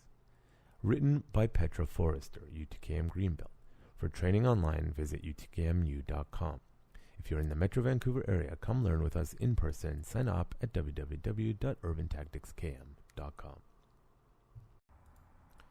So, there you see real hand from Petra's story that they started with sort of indoctrination in the school system, and then when East Germany fell and it was sort of being re-indicated, they had to re-educate them, not to, quote, re-educate in an indoctrination sense, though I'm sure that was there a little bit, but it was to, we need them to function in a society they know nothing about. We need to bring them up with the knowledge that they have not been getting, right? You need to teach people and bring them up. The story of Yeonmi Park talks about it too. She didn't know anything about the rest of the world. Nothing. She believed things that were lies. Just factually lies. And same sort of Petra's experience. It's a challenging situation when your entire world view is blown out of the water and you're told you were lied to, what you believe to be true is false. A lot of people just have mental breakdowns and choose not to accept the new knowledge. What do you do with that? North Korea is an interesting situation. That is honestly the greatest humanitarian crisis in human history. The real reason no one wants to go to war with North Korea is not the nukes. It's got nothing to do with the nukes. If the world wanted to flatten that army, they could do it in a day or two, I'm sure. However, what he would most likely do, the Kim family would start mass murdering their own population. Not only that, you have an entire army of people who are just brainwashed. So they will be like the killbots, metaphorically. And then when you inevitably beat this army, which you will, what do you do with 50 million people who know nothing about the outside world? The truth, I believe, is that no one wants to deal with that. And why that bothers me is, after the Holocaust, people said never again. Now, the Jewish population are saying never again to the Jews, but I think it should be never again anywhere. And the thing is, when it comes to authoritarian dictators who are doing mass murder, the only way you can get rid of them is through war. But as we learned from Iraq and where is Algeria? Gaddafi. Was it Algeria? Probably. I'm screwing it up. When you take these people out with no plan, there's power vacuum and things just go to chaos. And that's why people don't want to deal with it anymore, because I go in, I take out these psychotic leaders, free their people. The people don't know what to do. And you have to spend the next 30 to 50 years of your resources to try to bring 3 generations of people, that's how long it takes, back into the 21st century. No one wants to do that because countries barely have the resources to properly manage their own countries. You see how important it is to allow open education, knowledge, and ideas. It is exceptionally important not to put your head in the sand, to actually have conversations about ideas or things that you find uncomfortable. Again, I follow a lot of left-leaning individuals, really left-leaning individuals, people who I vehemently disagree with. I have them on my Facebook. And that way I'm getting a broad spectrum of things. I want to facepalm myself with half the crap they're saying, with their selective choices. They're picking and choosing stuff. They're ignoring what their side is doing. And it drives me nuts, but I follow them because I want to see what is the other side doing. Because I need to know when I need to run. I need to know when I need to stand up and be vocal and say no. I need to know when I need to challenge it. What we saw in COVID was blind faith and fear. These are tactics. They use science as a guise, but they were not making policies based on science a lot of the time. It was based on fear, power, and control. And you can sit here and say, oh, you're conspiracy theorists. My regular students know what I'm like. I will back this up if you want to have a long conversation about it, but I will say that in 5, 10, 20, 30 years, however long it takes, we're going to look back at COVID and be like, what the hell was wrong with us, allowing the governments to act like such fools and take away more freedoms from us and more rights over fear. That was not, it was based in something, it's not baseless. But the execution and handling of this is what put the living fear into some of us, that we're like, this is not good, guys. And Petra started saying, this is what it feels like. It feels like I'm back in Germany when I was younger again. You can't talk about this because it goes against what we're telling you. A world without debate in science is a world that's not practicing science at all. Something that you should be concerning about. And so I want to remind people about the history of science. The history of science is actually one in which the mainstream ideologies 80% or 90% of the time have been wrong because they didn't actually want to find out the new truth. But science is about seeking truth. Not my truth, not your truth, just objective truth. And sometimes you get your ideas and you dig your heels in and you think of that you know the truth, and then something comes along and you don't want to change your mind because you've already made up your mind. But that's not how science works. That's not how any of this works. And that's not how we're going to lead to a productive future. So I'm going to leave it at that for there. Stop letting yourself get indoctrinated and ask yourself, are you open to education or are you just indoctrinated? Now the next one is doomed to repeat, growing up in Germany, our surveillance. Doomed to repeat, growing up in East Germany, our surveillance. This is part 3 our surveillance of a 5-part series titled Doomed to Repeat, Growing Up in East Germany by Petra Forrester. Part 1, Our History. Part 2, Our Education. While I agree that the government provided the incentive for citizens to report the inappropriate speech and behavior of their neighbors, friends, and even family, it was everyone's personal decision to report someone to the Stasi, and by doing so, most likely threatening and destroying that person's life and livelihood, as well as those of their family. During the time the GDR existed, they employed the divide and conquer approach to keep the population in check. In order to access higher social career positions and earn advantages, you had to be a member of the Sozialistische Einheitspartei Deutschland, Socialist Unity Party of Germany, or SED. A big role was played by the Secret Service, the Stasi, short for Staatsgeheimdienst. They had people everywhere. Citizens were encouraged to spy on their friends and neighbors and to report any so-called suspicious behavior, meaning did they do or say anything critical about socialism, the government, the Soviet Union? Even a bad joke could get you arrested if it was perceived as critical of the system. The reward for the rat who sold you out was maybe a vacation, a color TV set, or a promotion. That being said, it didn't necessarily mean that every police officer would report you if you said something. They had to be a member of the SED, but many of them would still turn a blind eye. Unfortunately, people were sometimes reported by someone they least expected it from, like a good friend they used to go on family trips with. The people in my hometown were afraid of my dad because he often said things that were critical of the system, but was never arrested for it. My family was lucky. We had friends in high positions in Berlin who made sure my dad wouldn't be jailed. After reunification, my dad requested his Stasi file, and when he received it, there was a lot of vetting and information deemed illegible for the public viewing. They hid the names of the persons who reported my dad, those whom had hoped to get him arrested.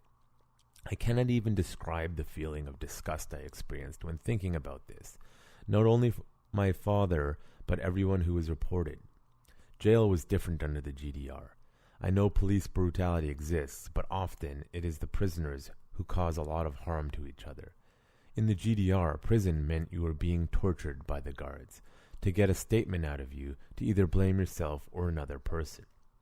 When we read the word torture, we had a rough idea in mind, but most of us are in denial of what one person is capable of doing to another, and we often don't want to think about what was done. Sleep deprivation was a common tactic. Another was solitary confinement in darkness. Then there was physical torture.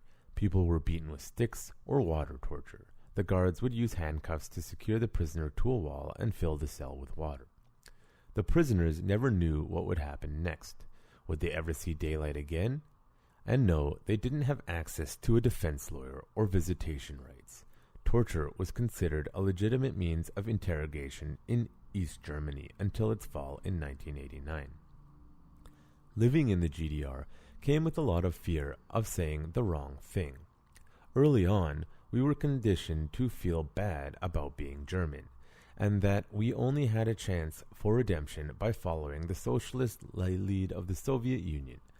For the longest time, I felt guilt when talking to people from other European countries, inherited guilt from the Nazis, and there are many people out there who take advantage of that. Imagine having a conversation with another person and both sides provide facts for their prospective points of view, and all of a sudden the other party running out of things to say and remembering that you are German calls you a Nazi, as a last resort to shut you up. I often didn't know what to say because I was so conditioned to feel guilty. Slowly, over time, I learned that many countries with surviving victims of National Socialism don't blame the generations that came after. They understood that they cannot blame children for the mistakes of their parents. When I studied in the Czech Republic, I took a train home one day and ended up in a conversation with an older gentleman, old enough to have lived through World War II. We had a great conversation about history and all kinds of things, and it was while exchanging ideas and experiences with him that I started to understand that he didn't blame me for what had happened, that it wasn't my fault. I have friends who are Jews, and they also don't blame the generations that came after. We have to make sure that it doesn't happen again, but I don't want to walk with my head down because I happen to be born German on the wrong side of the wall. But I still feel uncomfortable. Even just writing this feels wrong on some part. This is what early childhood conditioning does to you. Under the GDR, we had our own anthem, Verstendem aus Reinen, Risen from the Ruins, which was literally about overcoming old woes to find happiness and success. But we were not allowed to sing the lyrics because that would have been patriotic, and patriotism was deemed unacceptable. You could be reported for such inappropriate behavior. Written by Petra Forrester, UTKM Greenbelt. For training online, visit www.utkmu.com. If you're in the Metro Vancouver area, come learn with us in person. Sign up at www.urbantacticskm.com. I'd just like to reread a part. While I agree that the government provided the incentive for citizens to report on the inappropriate speech and behavior of their neighbors, friends, and even family, it was everyone's personal decision to report someone to the Stasi, and by doing so, most likely threatened and destroyed that person's life and or livelihood, as well as that of their family. It's quite intense. Now, before you sit here and say, okay, well, I live in a Western country, this isn't a problem. I'm not in a communist regime. I'm not in a fascist regime. I am fine. I want to talk about Edward Snowden. Now, hilariously, when I went to look up Edward Snowden NSA, my internet died. I thought that was funny. But, so if you don't know who Edward Snowden, and I'm going to put the links here, so whistleblowers.org. And if you don't know who Edward Snowden is, anyways. In 2013, Edward Snowden, a former intelligence contractor for the U.S. National Security NSA, revealed the existence of previously highly classified intelligence gathering surveillance programs run by the NSA and the UK's equivalent, the GCHQ, while working at the NSA. Snowden began accumulating information in the NSA surveillance program and activities while contradicted there from 2009 to 2013. Now, he did a massive dump, right, of information, classified information that he had access to. And at the time, this is just me talking now, at the time, there was a lot of people who said he's a traitor, except he isn't. He did exactly what a whistleblower is supposed to do. Hey, something is wrong here. The government is doing something wrong. Something is wrong here. And to this day, in 2021, he's still in Russia. He had the only place he could go. He wasn't trying to go to Russia. He was originally trying to go to Ecuador, and he got stuck in Russia. And then eventually he got asylum there because they want to throw him in jail for the rest of life. If you're an American citizen, you need to be saying, no, he needs to be pardoned. He can come back. Here's why. Gizmodo, 7 years later, court finally finds illegal NSA spying program have been illegal. So he was correct to whistleblow. And they still want him in jail because he made the government look bad. Now, here's the thing. A lot of you might say, the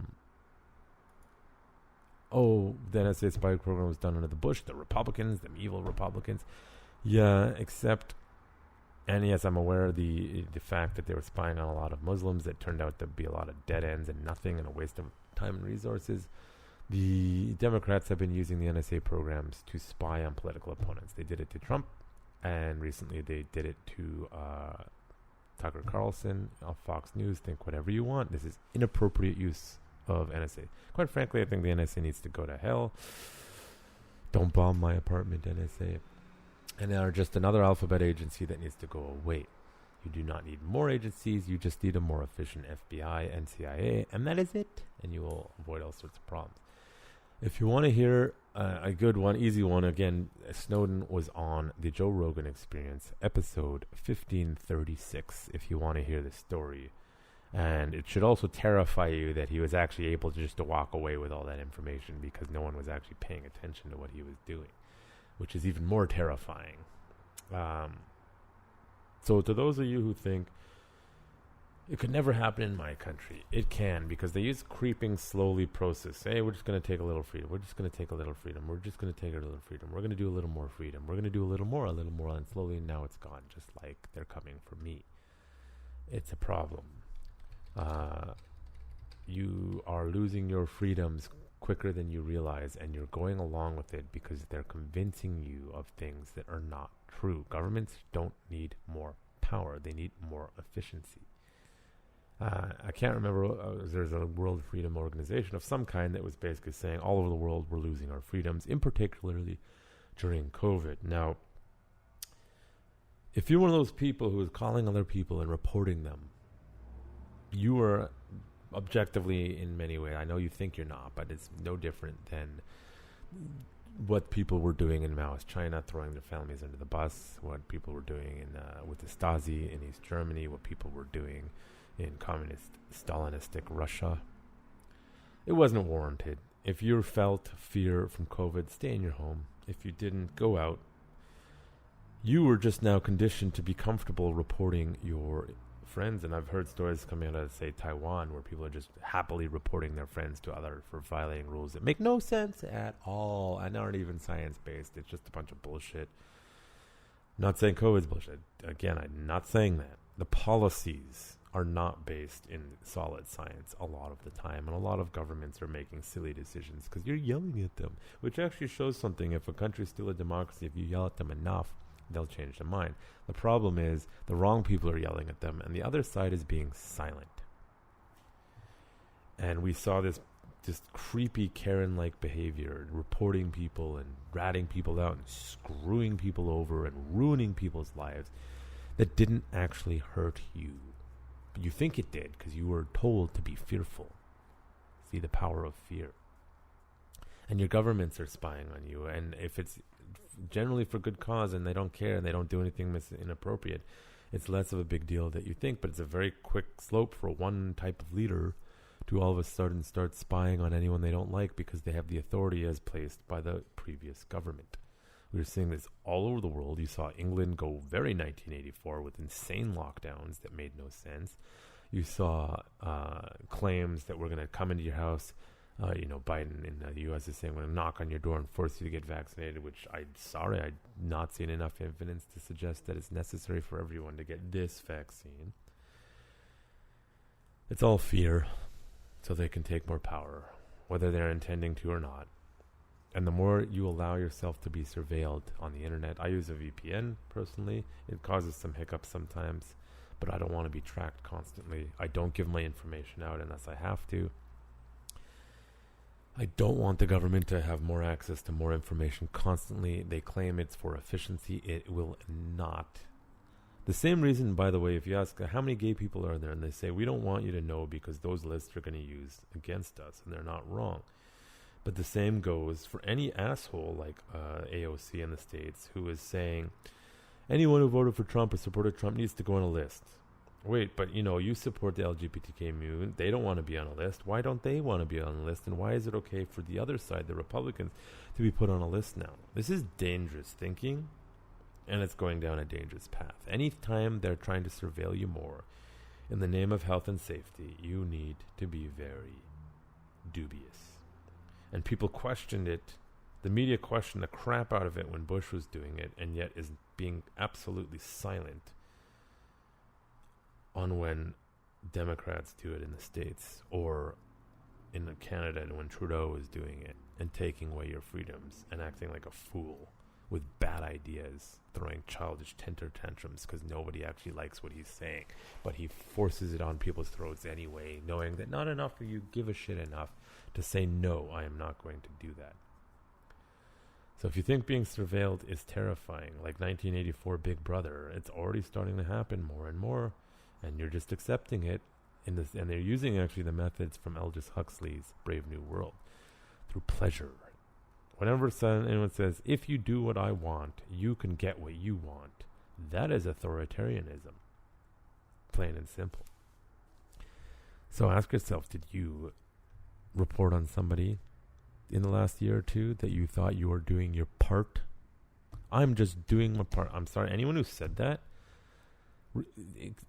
you believe in vaccines are 100% what you need to take by all means. But if you made a post, I know lots of people made a post saying, I got vaccinated, I'm doing my part. Go fuck yourself. I really mean that, because you are an individual who may be meaning well, but are playing right into the hands of authoritarianism. And I know you might be offended me by saying that, but for the love of God or whatever it is you believe in, educate yourself. Blindly saying I'm doing my part is the path towards authoritarian brutality. Period. And posting that you got vaccinated is just virtue signaling.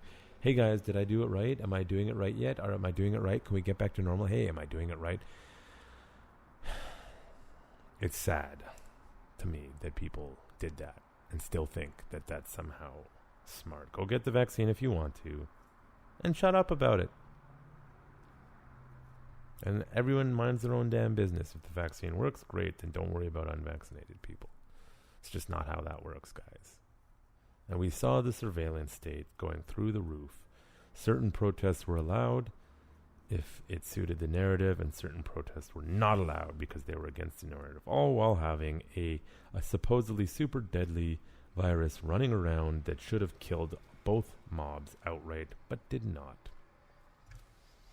Don't believe things blindly and never allow yourself to be controlled like this. Which leads us into the next post by Petra, Our Resistance. Doomed to repeat. Growing up in East Germany, Our Resistance. This is part 4, Our Resistance, of a 5-part series titled Doomed to Repeat. Growing Up in East Germany by Petra Forrester. Part 1, Our History. Part 2, Our Education. Part 3, Our Surveillance. When the wall fell in 1989, it didn't just happen overnight. Timing was crucial. As I wrote in the first part of this series, it felt bizarre to watch people climbing on top of the wall without being shot at. To give you some context, in the spring of 1968, the Czechoslovakian Communist Party under Alexander Dubček attempted change. They tried to implement a more democratic system and attempted to pull the country out of economic crisis. But the Soviet Union couldn't accept that. The economic system in the European socialist countries was a centralized command system, in which prices, labor, direction, and resource distribution were defined by the government laws, which created many problems. One of them was fluctuating output. Most of the time, whatever it was you needed was not available. The first thing that comes to mind was that we usually didn't have enough toilet paper. There was stretches when all we had was newspaper. And when there was toilet paper, it was very rough, like fine sandpaper. People used to joke that it was like that on purpose, so that everyone's ass really turned red. Another example is that my parents bought a car for me as soon as the doctor confirmed that my mom was pregnant. This was done so immediately in 1979, in the hope that I might have a car when I turned 18 in 1997. And people today are losing it when their Amazon order is 1 day late. Back to Prague Spring. Czechoslovakia was an economically very hard situation, and the people around Dubček tried to change that, but the Soviet Union was worried about the loss of control. It would set a bad example, and if Dubček had been successful with the decentralization attempt, not only economically but also administratively, the SU tried unsuccessfully to negotiate, and they decided that they and other countries of the Warsaw Pact would mobilize their military forces and invade Czechoslovakia. They were met with resistance, not military resistance, but civilian-based. The SU expected the uprising to be quelled within 4 days and never imagined it would last for 8 months. There were several protests, acts of civilian-based defense, and suicides by self-immolation. It took time for the Soviet Union to regain power and reverse the change made by Dubček. But they were reversed nevertheless. Dubček and his allies were taken to Moscow for trial, and he was expelled from his party. But prior to that, in June 1953, was the East German uprising. People came together to demonstrate against work quotas and the steadily growing control by the Soviets in East Berlin. They were nearly successful if they hadn't been violently suppressed by the Soviet military and the Kasernierte Volkspolizei, the barricaded people police, which later became the National People's Army. Approximately 130 people were killed.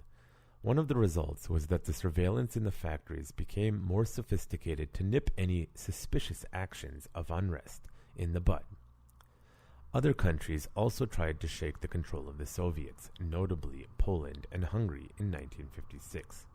But without success, in most cases, it led to even stricter controls and surveillance by their respective secret service, who always reported back to Moscow. There was no freedom of speech. In 1989, the Soviet Union was not as powerful as it used to be, and the cracks were starting to show.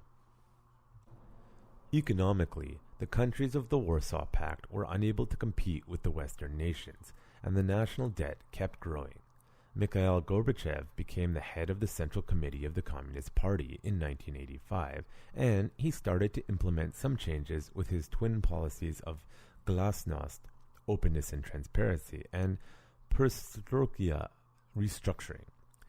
This led to the Pan-European Picnic, an open border between Hungary and Austria, at which point many citizens of the GDR took advantage of that, traveling to Hungary to apply for visas at West German embassies. Many of them were successful. Earlier in 1989, the so-called Monday demonstrations started, during which people peacefully protested the system by gathering in towns and city squares. Even though Erich Mielke, head of the Stasi, and Erich Honecker, the head of the state, tried to put a plan in action to have demonstrators arrested, some received death threats or were attacked. They were ignored, and shortly after that, Honecker was replaced by Egon Krenz. After Hungary and Czechoslovakia had opened their borders to the west, allowing East German citizens to cross safely, many people seized the opportunity and left. The GDR government couldn't do anything to prevent this from happening, and as a consequence, they resigned. And the GDR was run by Hans Modrow. Finally, on November 9, 1989, Günther Schabowski announced that East Germans were free to travel between East and West Germany, effective immediately. And then the wall came down. Written by Petra Forrester, UTKM Greenbelt. For training, visit online www.utkmu.com. If you're in the Metro Vancouver area, come learn with us in person. Sign up at www.urbantacticskm.com. So inevitably, empires fall. Now, in some places, the Soviet Unions, even after they fell, there were dictators in place that were still there, and it took a lot of internal resistance to bring them down, right? As Petra was talking about in parts of this one, and how long it took to bring down these things. Now, also, economic sanctions against Russia and the arms race ultimately caused them to economically collapse. I should say something about when you put embargoes on countries, it needs to be complete to cause their collapse. What you're seeing nowadays is sort of this half-assed, we're going to put restrictions on you, like say in Iran or North Korea. Hey, we're going to put restrictions on you. Hey, we're not going to do this with you. Hey, you're not allowed to do this. Oh, but here's some money. Hey, we're going to do this. We're going to do this. You can't do this because you're bad, and but we're going to give you some money. And the idea behind that is we don't want the people to suffer, and that's good and sound. But guess what? Why are you giving them money? You're just helping them. You know, the whole like Israel conflict, either with Hezbollah or Hamas, they stop shooting when they run out of money. And funnily enough, anytime they get large sums of money, they start shooting again. Funneled through Iran. When Iran got a bunch of money from the Biden administration, boom, Hamas has money again. Shocking how that works. If you want authoritarian regimes to collapse, you have to say no. Appeasement did not work against Hitler. Neville Chamberlain said, "Oh no, I believe in good." Just paraphrasing. I believe he's a good man. We'll sort it out, or whatever. That weak, spineless human being. And Hitler kept taking and kept taking and kept taking. This is what bullies do, whether it be right in front of your face or a country. China's doing it right now. No one's saying no to them enough. They're kind of saying no now, but not really. It's like, guys, stop. No, you're not going to invade another country. No, you're not taking over Taiwan. No, you're not doing this. And people will sit here and play these silly bugger games about treaties and all this stuff. Guess what? The time for that is over. Those treaties were ancient. We're in a different decade now. We're a different century. You do not get to run around bullying other people. And you can say, oh, well, the U.S., U.S. is corrupt, heavily corrupt. I understand that. But just because one country does it doesn't mean another country doesn't. And sitting there and allowing people to commit genocide like China is with the Uyghurs. By the way, I can't ever go to China because of this podcast. And everyone pretending like they're not committing genocide and taking a long time to call their bullshit out. We are not seeing enough resistance against authoritarianism in the right kinds of ways. We're seeing chaos. We're seeing misguided movements that are not achieving anything but breaking down structures with no plan to replace them. Resistances need to be to remove and prevent authoritarianism from happening again, or to bring them down. And if you get caught up in any movement, you need to make sure, are you educated? Do you really understand what the movement is about? Like the Black Lives Matter one again. They're a Marxist organization. Plain and simple. But what you've been told is that they're just trying to help black people in America, which is a noble cause. A Marxist organization should not be doing that. They have no place to lead some revolution. We don't want any kind of authoritarianism or anything that will lead to authoritarianism or any sort of ideas or concepts that will be mainstream that will lead to this. Again, you can think whatever you want. You can believe whatever you want. Go do it over there. Don't try to control my life.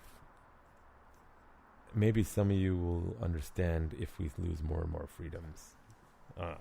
Where I'm in Canada, it's slowly going that way, unfortunately, because not enough Canadians are educated on what our politicians are doing, and not enough are educated on the truth. They just jump on these social media bandwagon ideas and concepts because they feel good.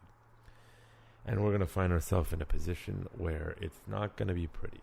So now is the time, in North America at least, and Western countries, to say no to this nonsense that's leading down this path that we should have learned our lesson from. Try not to be violent. Definitely do not be. I'm not advocating for that.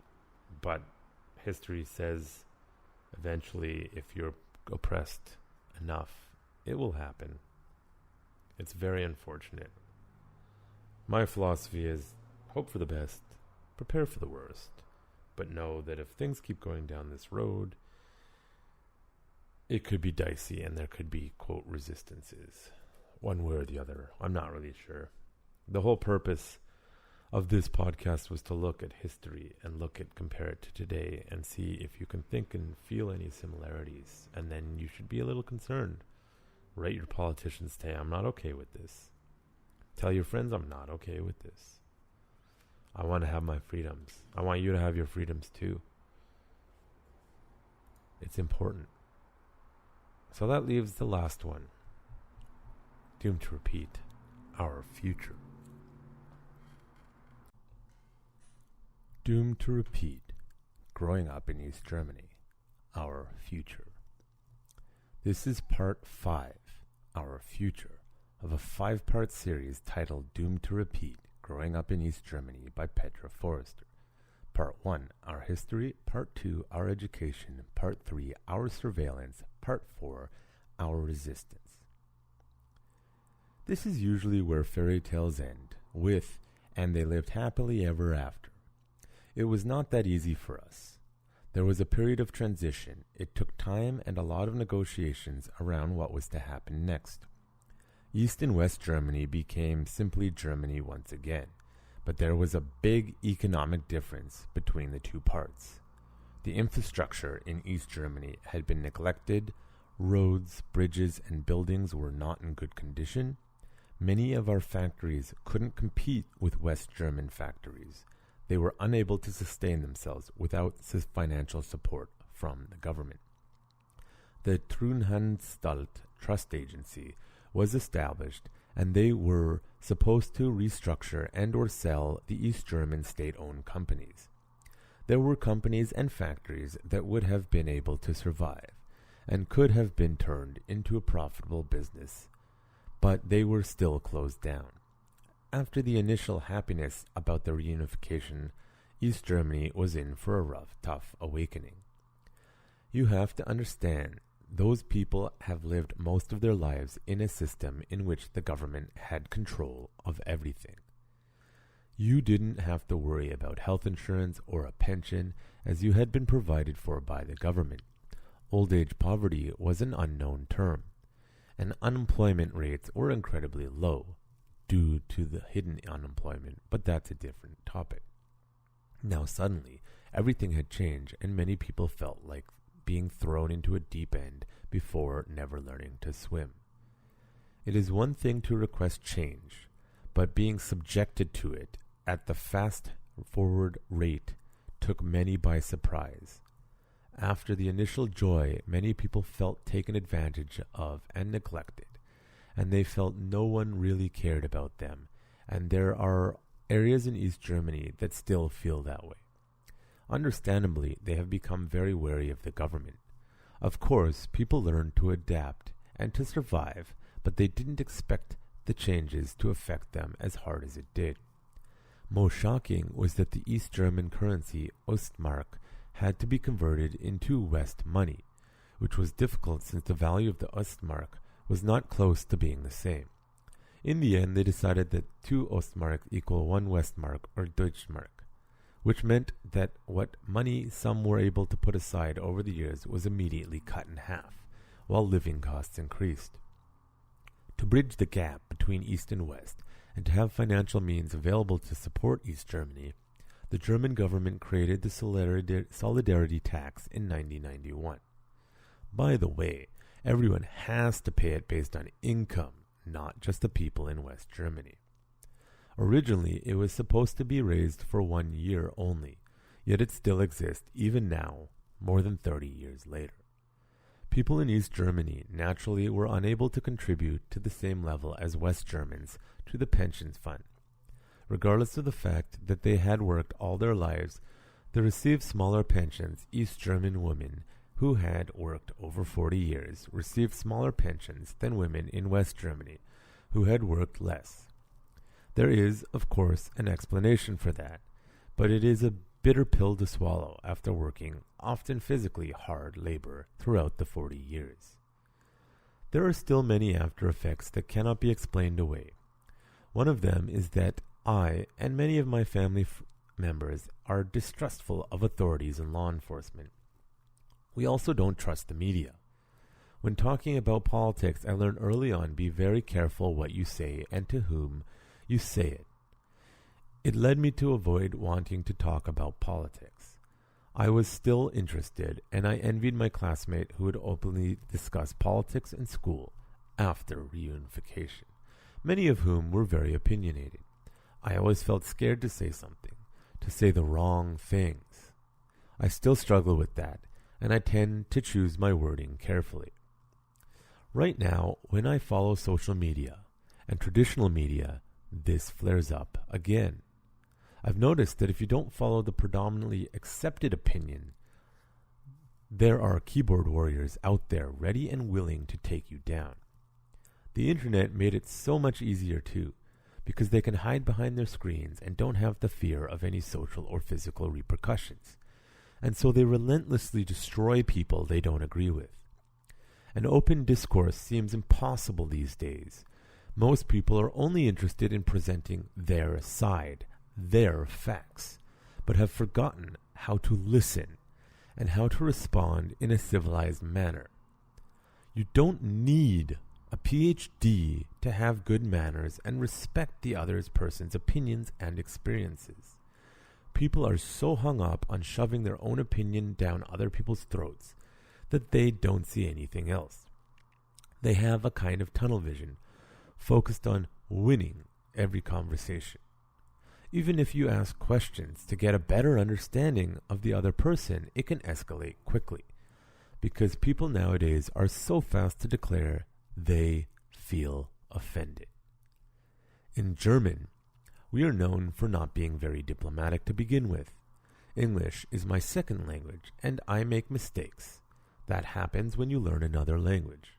That being said, being ESL, English as a second language, is not an excuse to offend people. But for God's sake, relax and help us ESL people to find better wording. In most Western countries, we do have freedom of speech. We don't have to live in fear of our government arresting us for making a mean joke about the head of state. And still, we have become so careful about what to say, and it reminds me so much, too much, of the climate during the Cold War in socialist countries during my youth. It seems to me journalism, the objective reporting of events, barely exists anymore. Ever since it switched from paper to online, the media is desperately trying to generate clicks, foot traffic for the websites by offering lurid headlines to tempt people into clicking. Many reports are often one-sided, depending on the demographics they were designed to cater to. When I read the news, I have to read different sources just to see where there are points in common in order to get a picture of what is actually happening. I also noticed a certain careful language being used. If you don't understand why language is important, it is the pattern in which you think. I don't know about you, but the voices in my head usually argue in German and or English. Language is how we express our thoughts. That's why it is so important. Once language is being regulated, it is, by extension, also regulates the way we think. When I was a child, it was similar. Language was used to create a positive or negative association with certain events, objects, or persons. I miss having an open dialogue without having to worry about how I am perceived and if I am being judged. Progress can only be achieved with an open and constructive dialogue. It is okay to disagree with a person, but stay respectful about it. Usually, there is a reason why and how a person came to their opinion, and that should be acknowledged, maybe even explored. We often think we own the ultimate truth, but that is nonsense. We are humans, and our perceptions of the world around us is very subjective and very flawed. You can ask any police officer about the unreliability of witness descriptions regarding suspects, how suspects and events are described versus what the suspects actually look like, and what really took place. When we look back at 2020, we can say objectively it was a bad year. I specifically think of reports about police brutality. I'm not saying there is no police brutality. I agree that it is a terrible thing for people with power to abuse power, but I noticed headlines like, "Innocent man shot by police," and everyone was in an uproar and mad at law enforcement officers. Then a couple of days later, when the body footage was available, we see videos of a person armed with a knife charging at a police officer, whose only chance to survive was to shoot their attacker. I think what I'm trying to say is, don't jump to conclusions. Wait for more information to be available to have a better idea of what has actually happened. I like living in Canada. It is a very open country. I have a job I like, I found a martial arts community, and met many awesome people. It would be great if it could stay that way. I don't want to go back to feeling limited and restricted in my thoughts and speech. It took me long enough to break out of that pattern. Written by Petra Forrester, UTKM Greenbelt. For training online, visit www.utkmu.com. If you are in Metro Vancouver area, come learn with us in person. Sign up at www.urbantacticskm.com. Okay. What does your future look like?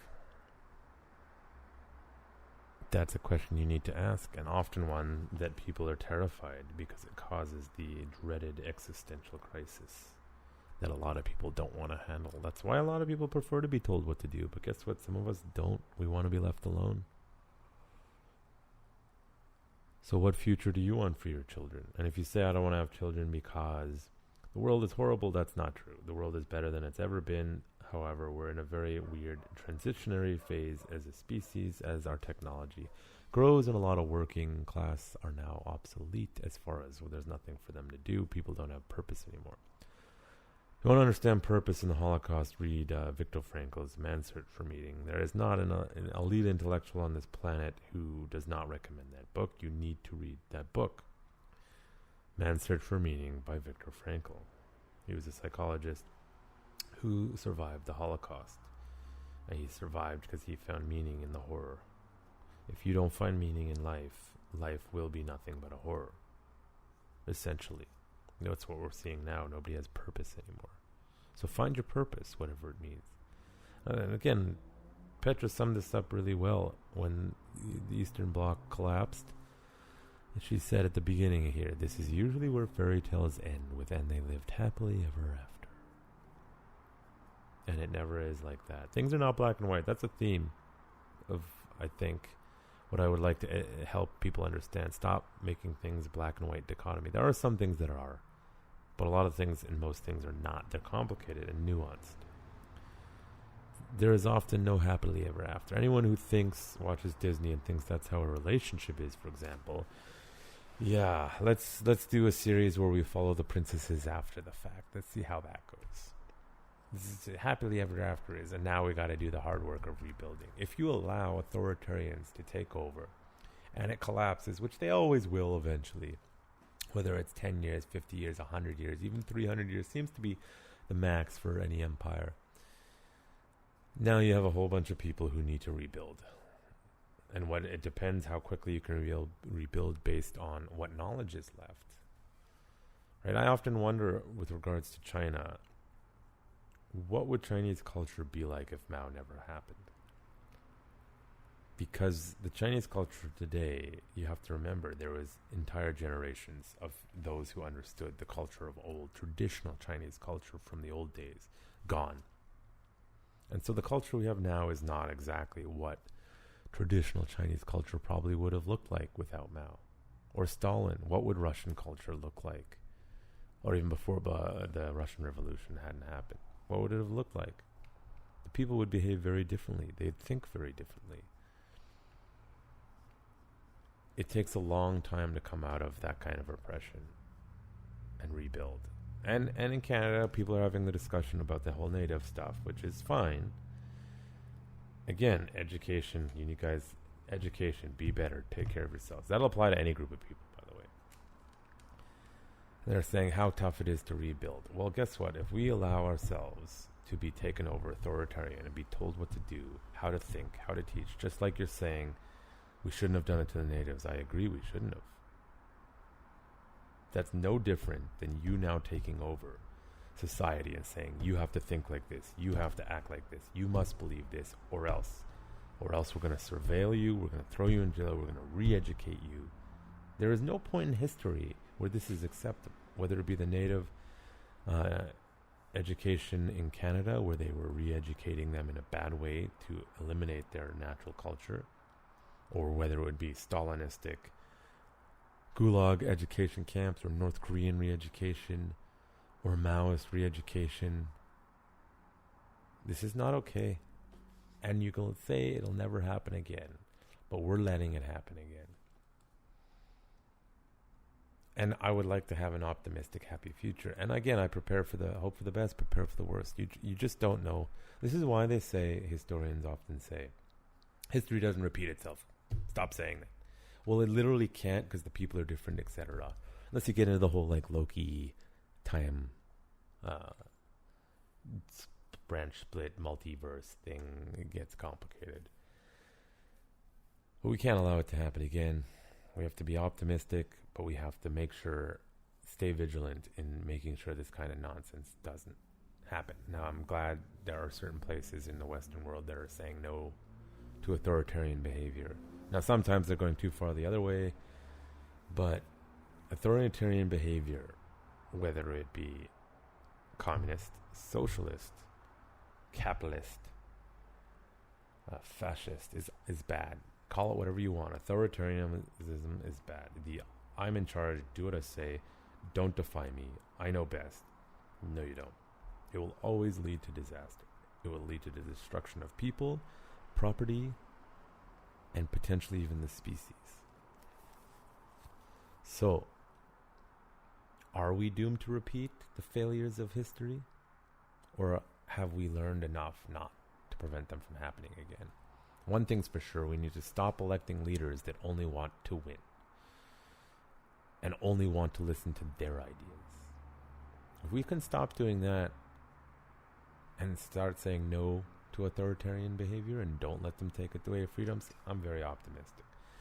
But if we continue to allow people like Trudeau in Canada or others to just take away more and more freedom because that's how we get order and safety, don't be shocked if in the next 100 years we see more gulags, more work camps, more death. And that's not a future that I would be optimistic for. So, are we doomed to repeat? I'm not sure. But I hope that this series, written by Petra and me adding in some more context, has given you something to think about. And I want you to go back and listen to the recommendations. If you have time and, reading all those books, it's a lot of time. Though the Orwell books are short. Huxley's book is short. And the Yeonmi Park, that's happening now, North Korea. Interview, and I forgot what else I said. And just really educate yourself on this matter. Listen to people's ideas that you don't like. Get perspective. The more open-minded you are, the more perspective you have, the less likely we are going to go down to a dark path. But the more you keep your head in the ground and pretend, I don't want to listen, I don't have busy, I'm too busy, my life is, everything is fine, I don't want to listen to the politics, I don't want to listen to the history, it's boring, it's blah, blah, blah, blah. Don't be shocked if it repeats itself.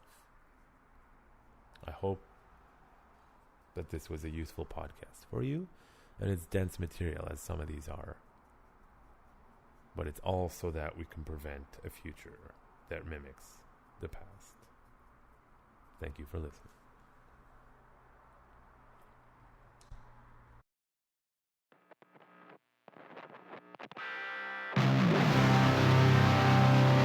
You're listening to The Warrior's Day. Brought to you by Urban Tactics Krav Maga. Turning lambs into lions.